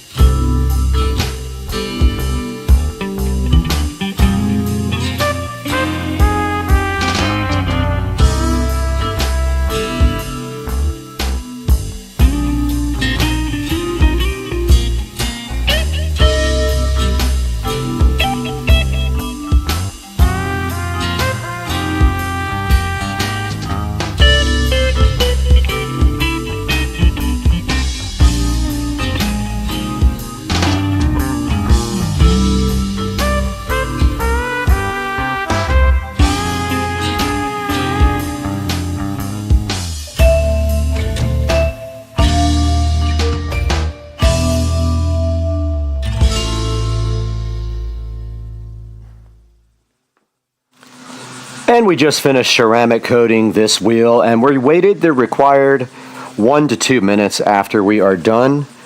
And now your next step is you want to get a fresh, clean terry cloth towel and buff the ceramic coating to a shine.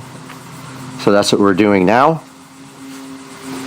Everywhere that you ceramic coated, just go over it a few times with a towel to finish off the process, and that should do the trick.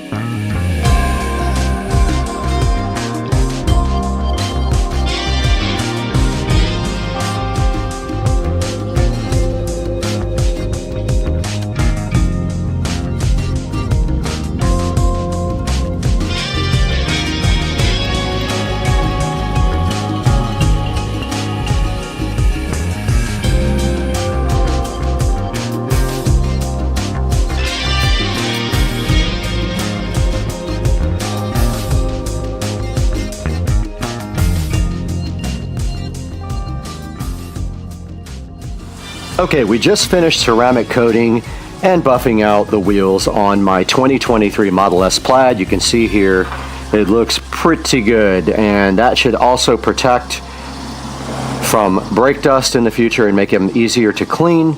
And now we have this Hybrid Solutions tire shine that we're going to be applying next, and you should have a tire shine brush to put this on like that. And let's see what the directions say.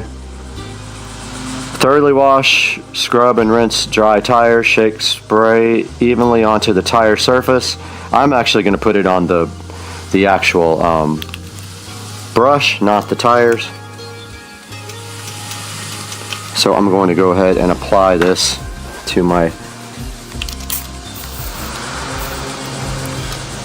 tire brush and go ahead and put it on now.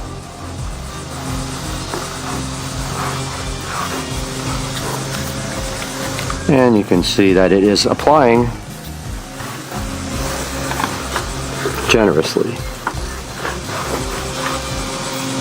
And then the tires have this little edge. I think it's to protect your wheels from like curb rash. Kind of hard to get into. Yeah, this brush is not getting into that at all. Try a rag. Oh, it's black. Comes out of the bottle black.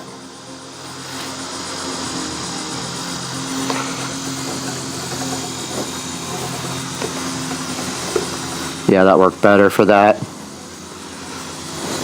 And there we have the tire, nice and shined up.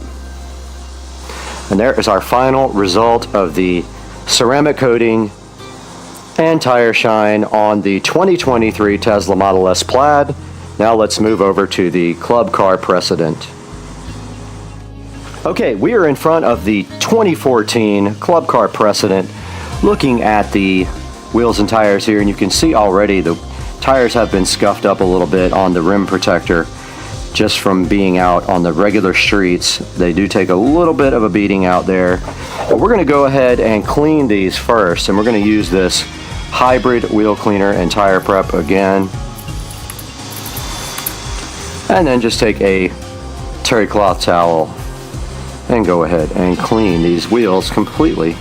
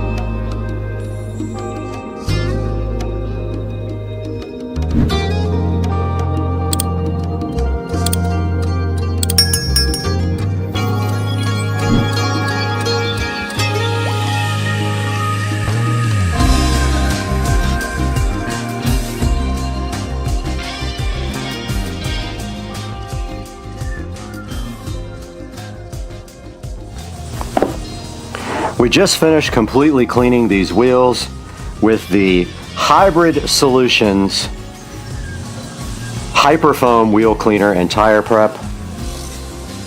That is the first step, and now the second step of this is the ceramic coating with the Shine Armor graphene ceramic spray. So you're going to want to have 2 fresh new cloths for your mission here, 2 new terry cloth towels, and you're going to want to spray just a little bit at a time on your towel here, and then go ahead and rub into the wheels. Very, very difficult kind of to do.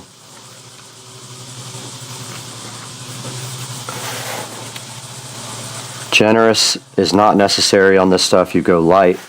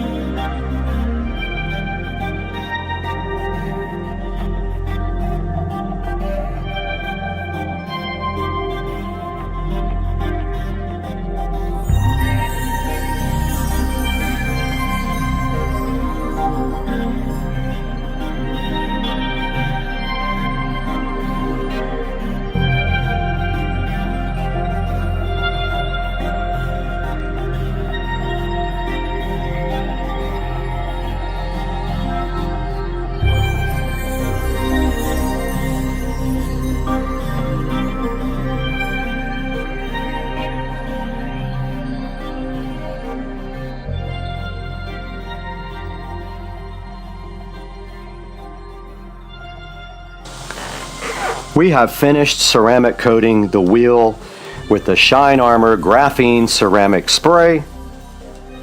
And then right here and right now, we are going to be buffing it out. So you take a clean microfiber towel and then just go over the wheel completely one more time to buff this ceramic coating in.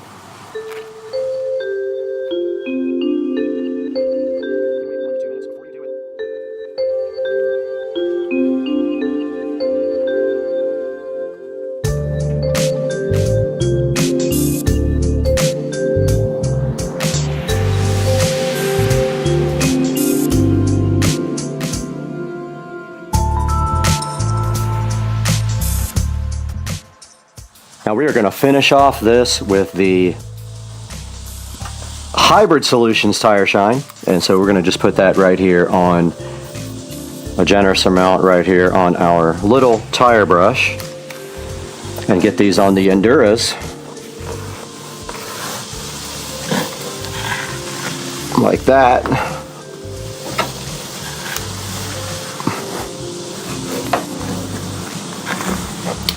Same thing on this one. There is a little tire wheel protector here. We're going to go ahead and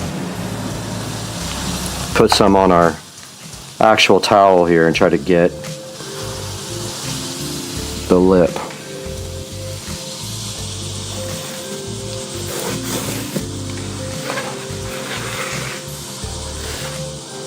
And there we have the finished result of the 2014 Club Car Precedent. Now ceramic coated this wheel and it is ready to go and be protected from the elements and be easier to clean next time we have to do this.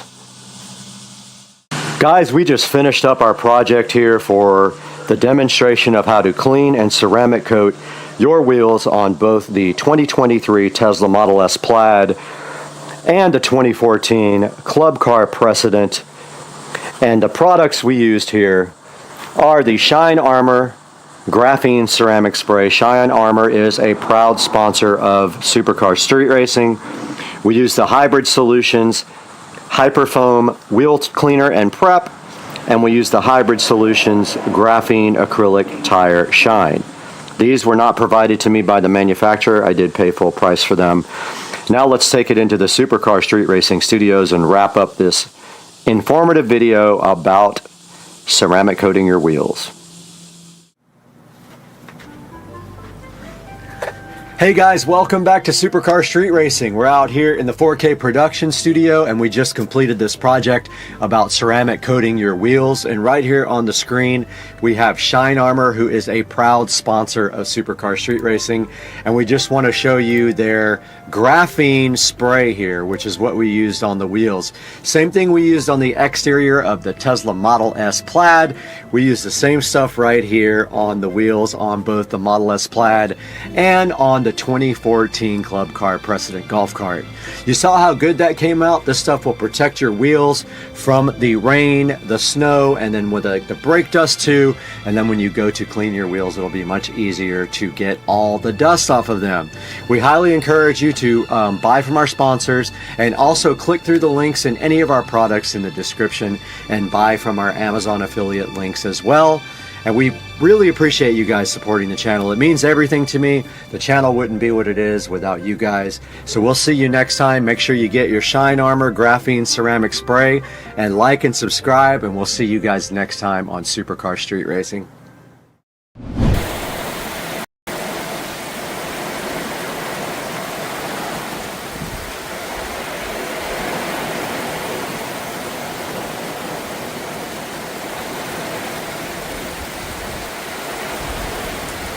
There is something strange in this room that is out of place, and it is right here.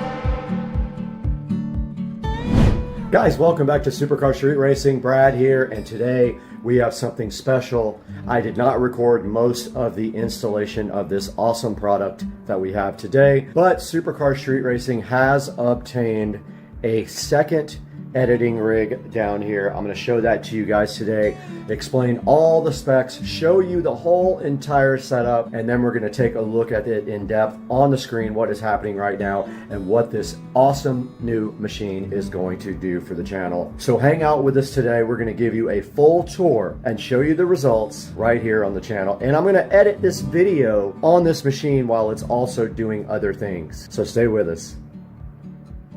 Alright guys, we are in the Supercar Street Racing office right now, and you can see right in front of me here, as I move this dumb chair out of the way, that we have obtained a brand new editing setup for the SCSR company, and it is right down here. We did buy this used, and I did have to drive quite a ways to grab it. I drove about an hour, which is unusual because I think it's the longest and most miles I've ever put on the car, except for the day that I bought it. So we did pick up this rig, and it is perfect for what we are doing, and I went ahead and used some of my older equipment to set up here on this. Actually is a kitchen table that we have reused as a desk. I had it set up before. I changed it up just a little bit this time. The way I had it set up before was a little different. I had the keyboard on this kind of curved like this, and it was permanently mounted like that. I don't really like that. It was kind of hard to get to. So now if I want to extend this, I can just pick it up and I can pull the keyboard back a little bit to have more desk room. But I got plenty of room here. You can see we are using a wireless. I didn't even know I had this, but I bought it at a thrift store. It looks brand new to me. It's a Logitech wireless keyboard and mouse setup. We are also using my Rockville powered studio monitors, which are really, really awesome. I highly recommend these if you're looking for something. They are USB, or they have regular audio inputs, and they have RCA inputs, and they're really, really high quality for doing audio production or anything like that. But for this computer, they are just being used for editing and other things right here on the PC. And you can see right here, they do have a headphone jack as well, and they are on green. If you look at the light, the green means USB. So basically all the audio is coming through a USB cable connected to the PC down here.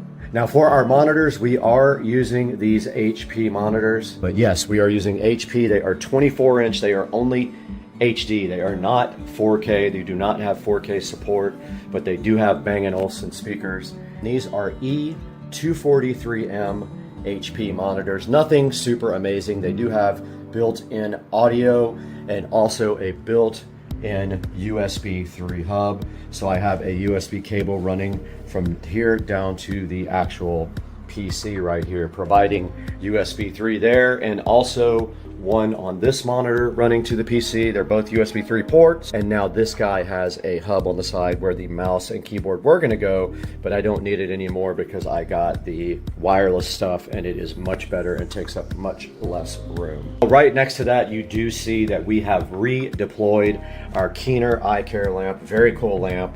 I love this. There's a review of it on my channel. Go check that out if you haven't, but here we have the capability to dim and brighten the lamp and change the color temperature as well by remote if we want to. And now it is wide open right there so you guys can see. So that's the Keener eye care lamp that we do have on the channel for your consideration to go ahead and buy. All right, I just wanted to give you guys a quick look at the back and some of the ports that are available. It does have Wi-Fi. It does have 2.5 gig Ethernet, USB-C, and every other connector I would need on the absolute planet Earth. And there is a look at the video setup for the dual monitors there. They're both using HDMI. And there's the audio outputs on it. It does have optical audio out. It has plenty of USB ports, as you can see right there. So that is the back of the motherboard there, the Aorus. Okay, right in front of me now is the actual tower case. You can see it does have straps in case you wanted to go to a LAN party, but I think I am going to go ahead and take those out because I have really no use for them and they kind of don't look that good here. But checking out the inside, you can see right here that we have 64 gigs of RGB RAM, and they're pretty cool. They look like almost like ice, and they do change colors. We have the Aorus motherboard, we have a i9, and we do have the Gigabyte RTX 3080 video card. And you can see that the CPU is water cooled there, and there is a rear RGB fan as well. So that is a look at the inside. There's an EVGA power supply as well in there. No, it's hard to see. And of course this side just does come off if you take these screws like this. I'll let you guys get a little bit closer on the inside of this. So there is a good look at the inside of the Aorus motherboard. There's the GeForce 3080 and the power supply and the very cool RGB RAM. I love it. And then up top there is the cooler, the water cooler. Don't know what kind it is. I'll have to look that up. It doesn't have the brand on it. It just has that little symbol. If you guys know, drop it in the comments section. But yeah, that is the inside of the brand new streaming and editing rig for Supercar Street Racing. Just a little update. I was able to open up the RGB utility for the Gigabyte motherboard, and I did get the Gigabyte logo turned on there and cycling in color, which I am super hyped about. I love that. Very cool. Now let's see what else is available on this app. So it says the motherboard is all set to one color. Oh, the RAM went to yellow. Okay, I put sync mode and color cycle on all of them. And there they go, all synced up, everything. Very cool. I did not even know that was there because I was actually going through the App Center here just looking at this for the first time. Okay, SIB is system information here. I just opened it up. It looks like it's calibrating the fans. It's set on standard mode. I'm gonna leave it there. It is not very loud. There's an advanced mode here where you can set up stair-step modes on the fan. Very cool. And then there's some alert setups here that you can check and see if you want it to alert you when certain things go over a certain amount. And you can see right here the system information. It is a i9 11900K, the Rocket Lake, and it is running 64 gigabytes of RAM, so there are 4 slots. And this is a Z590 Aorus Master motherboard, BIOS version ACE BIOS version F3. Yeah, can't open data connection. None of those work, so you have to go get a file manually. So I'll do that another time, but I just wanted you guys to see this software here. There is one called EasyTune here. I'm assuming it overclocks, and it is on default. And I have not tried to clock the GeForce yet, the RTX 3080. Don't really need to yet. I haven't seen any reason why I should have to do anything on that at this point. So I'm not going to overclock right now. It's not necessary yet. All right, taking a look at the task manager here, we actually do have 10 gigabit available on the, that is downloads happening in the background. I'll explain that in a minute, but we have 10 gig Ethernet available here. There is the CPU. It's running at 4.97 gigahertz right now. There is the 64 gigs of RAM, and it is using 11.7, 30.8 gig cache. There is the 2 terabyte SSD. I have 2 terabytes of NVMe SSD. There's Ethernet, and there is the GeForce running at 63%. No issues right there, running at about 63%. And all it is doing right now is streaming, and I will show you that here momentarily. There's a look at what it is using. It is dedicated GPU memory, 10 gigabytes. All right, let's take a look at what we're doing with this right now on the channel. Back in the office again, and I wanted to show you guys exactly what we are doing at this moment. And if we are looking at right now at the Supercar Street Racing channel, you can see that this is live. If we go back, there's the actual video that's playing right now. This is the new Jukebox channel. So it is basically rotating all of the SCSR videos on a rotation, and I will show you that, how that is being done right now. In front of me, you can see OBS Studio running right there, SoFly, and it is actually using a source called VLC right there. You can see it, and that source actually uses the VLC engine without opening VLC. And then I have a playlist selected, and of course it is set on shuffle. So that's how we are using VLC to rotate all the videos from the channel onto the live stream on the Jukebox. We see when we go to properties, there is the playlist that it's playing.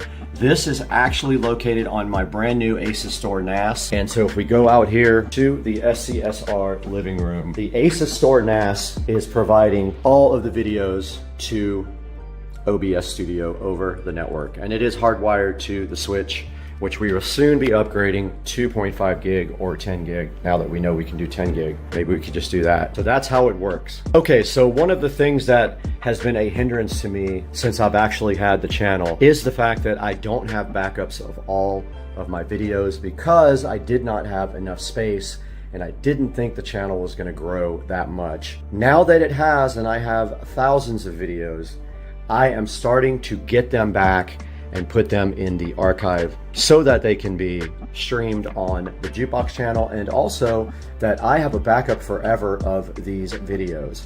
So I am using a tool to download all my videos, a thing from HiPaw.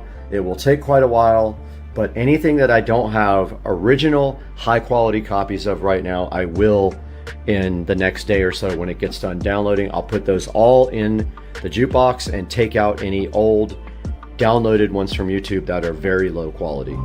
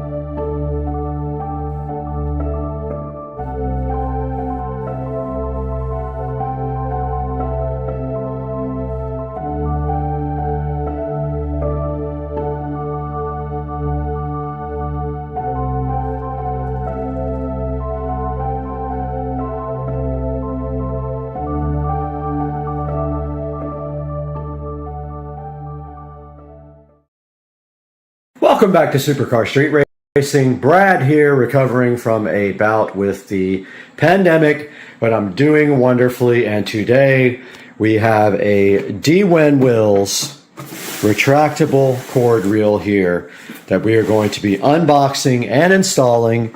And then we have this little pigtail, and this is for charging the golf cart, since the golf cart now uses a regular female plug here. And this cord thing has a triple on the end. So let's take a look at that today.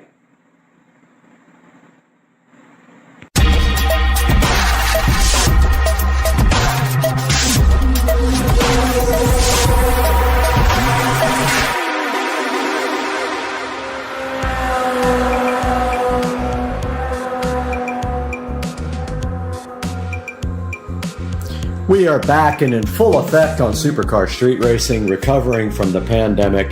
Almost everyone I know had it, and now we are here with the Stewendwills retractable cord reel SKU HCRC 30C. Now this is going to be mounted right on the ceiling, and this will allow me to pull the cord down and charge my golf cart. So let's go ahead and this is the box that came in here. We'll get rid of that. And then here we have the retractable cord reel, looking so nice and beautiful right in front of us, and we will go ahead and open this up now.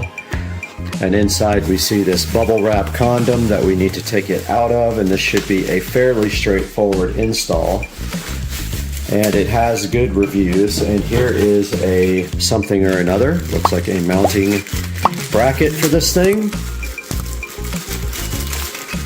And inside it, we have a very long Allen wrench, one of Allen's keys. It looks like, I think what that is. I don't know what that is actually. That's not an Allen wrench.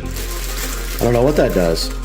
Here is the mounting bracket, and here are some screws and a little thingy for it. And I don't know what that does, but here is the lovely instruction manual that tells you how to mount this, and apparently this is the pin that holds the reel up to the bracket to secure it. So once you put the bracket up, you then, I guess, put this through like this to mount the not hose reel, it's a electrical cord reel.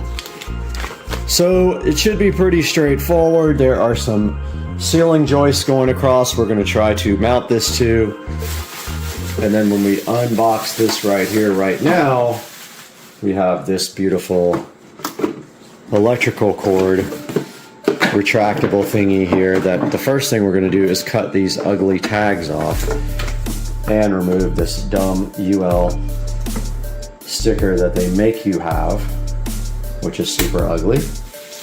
And we will get our scissors out right now and cut off this stupid dumb zip tie.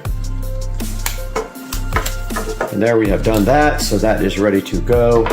And now all we have to do right here, right now, is go mount this guy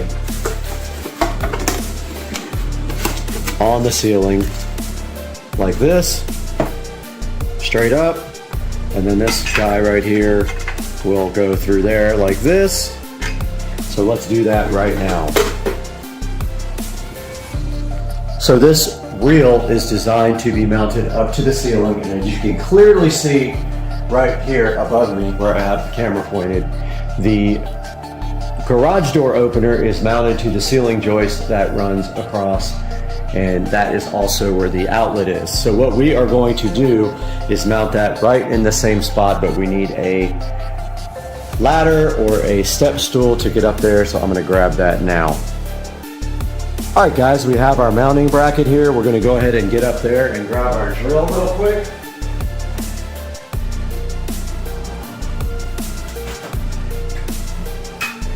And here we have our standard drill ready to go. And we're going to go ahead and mount this over towards the other side so we don't block the lighting. You see that light right there? And we are going to take our drill up here. And we're gonna follow the joist that way and probably put this about right here. So this is not keyhole slotted, so you just have to kind of put the screw in and then hope you get it right into the joist. That looks like it should be it.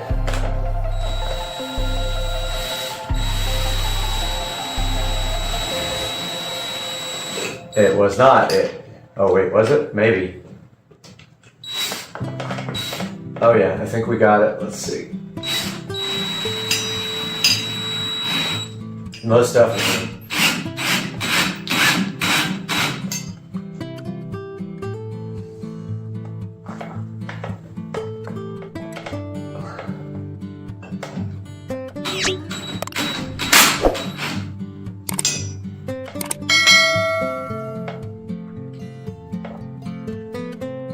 Now let us try to get it square as possible.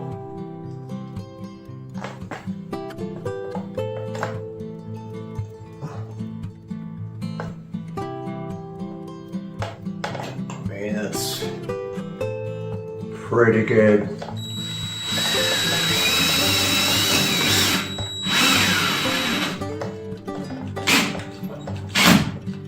Battery dead?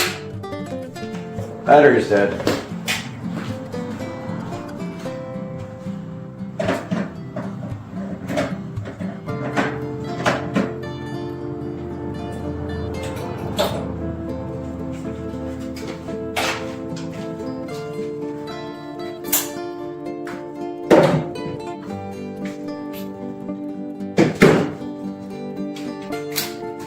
Alright, I'm going to switch to the impact anyway. I got the impact driver here.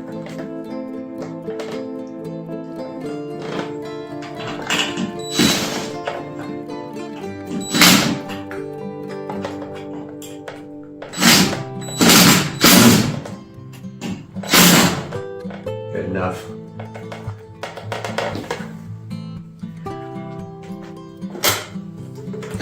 Alright, let's get this thing hung up. Basically, it just works like this. Oh, is that gonna hit the garage door? That might hit the garage door. That wouldn't be good. I gotta test and see if it's gonna hit the door.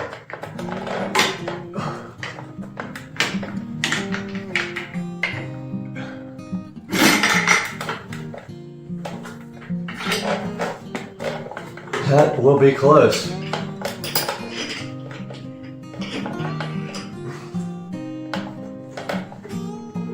I think it'll be fine. We'll see.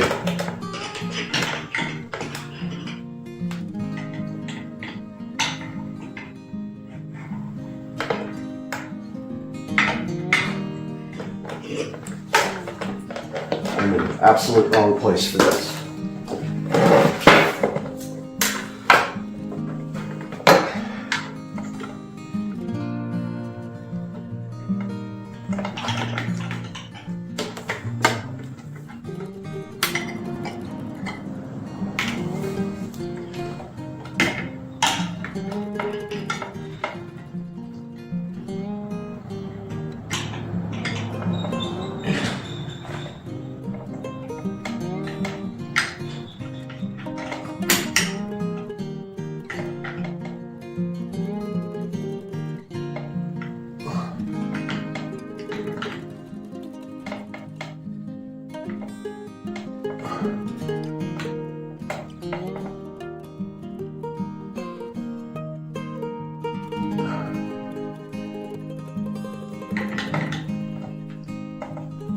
Okay.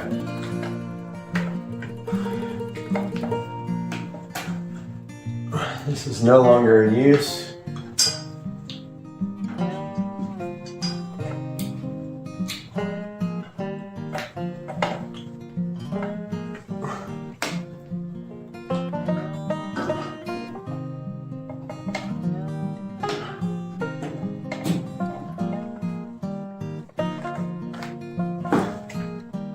Now we just need to tighten up the wiring, test and see if the garage door hits it, which it shouldn't. Let's go ahead and do that now.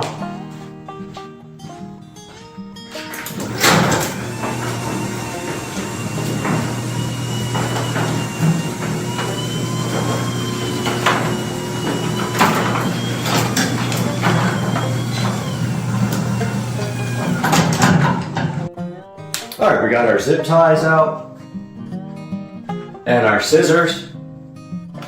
We can go ahead and figure out a way to get this wiring all nice and tidy. So I think I will just tie this up to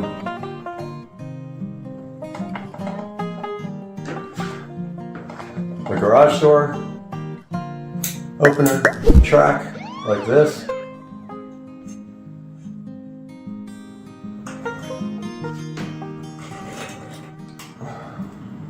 It pulls it up and out of the way so it can't hit the track.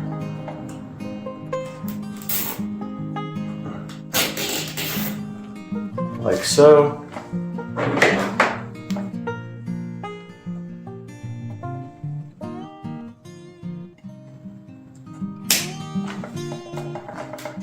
And then the rest we can coil up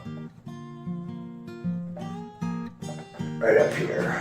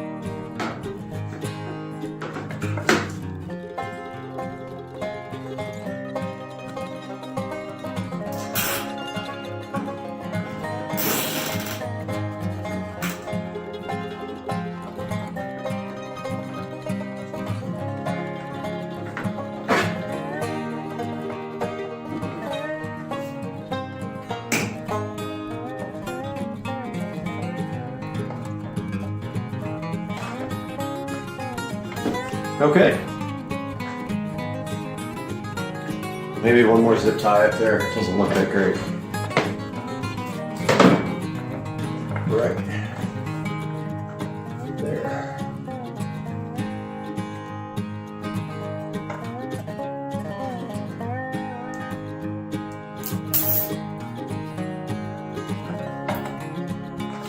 That's better.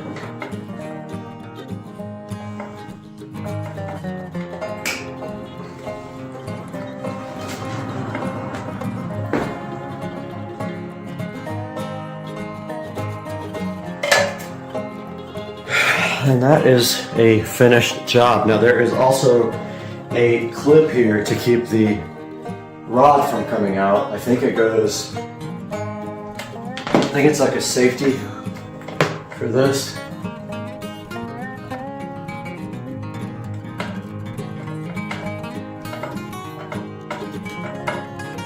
I think.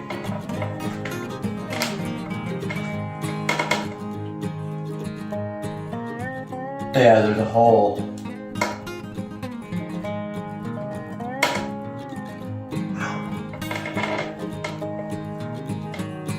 There's a hole in this so you can put this safety thing in. I don't think it's going anywhere.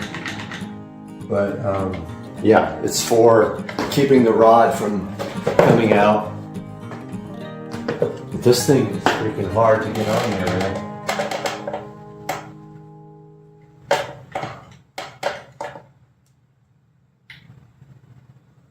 I'm just probably going to take a little zip tie and put it in there if I have one small enough.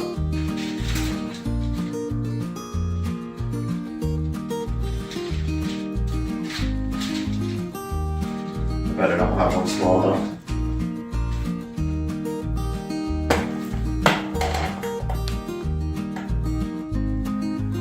Oh, okay, that works. Alright, I just put a zip tie instead because this metal thing's really hard to get.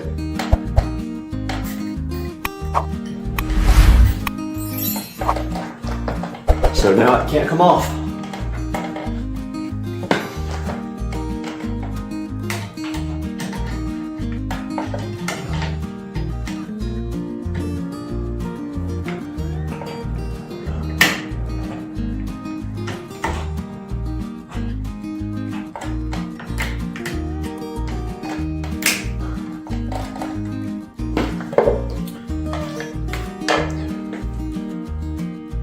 Alright guys, here is a look at the finished installation of the I keep calling it a hose reel, electrical reel. It runs up to the ceiling for the garage door opener outlet and comes down here, and then you just pull it like that.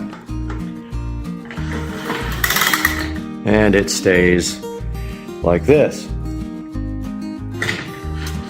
And then you just pull it again and it goes right back up. Pretty simple. In order to charge the golf cart, you need a female extension cord, so that's what this is for. This will plug right into here. We can pull this down and then we can charge, and we will show you that right now.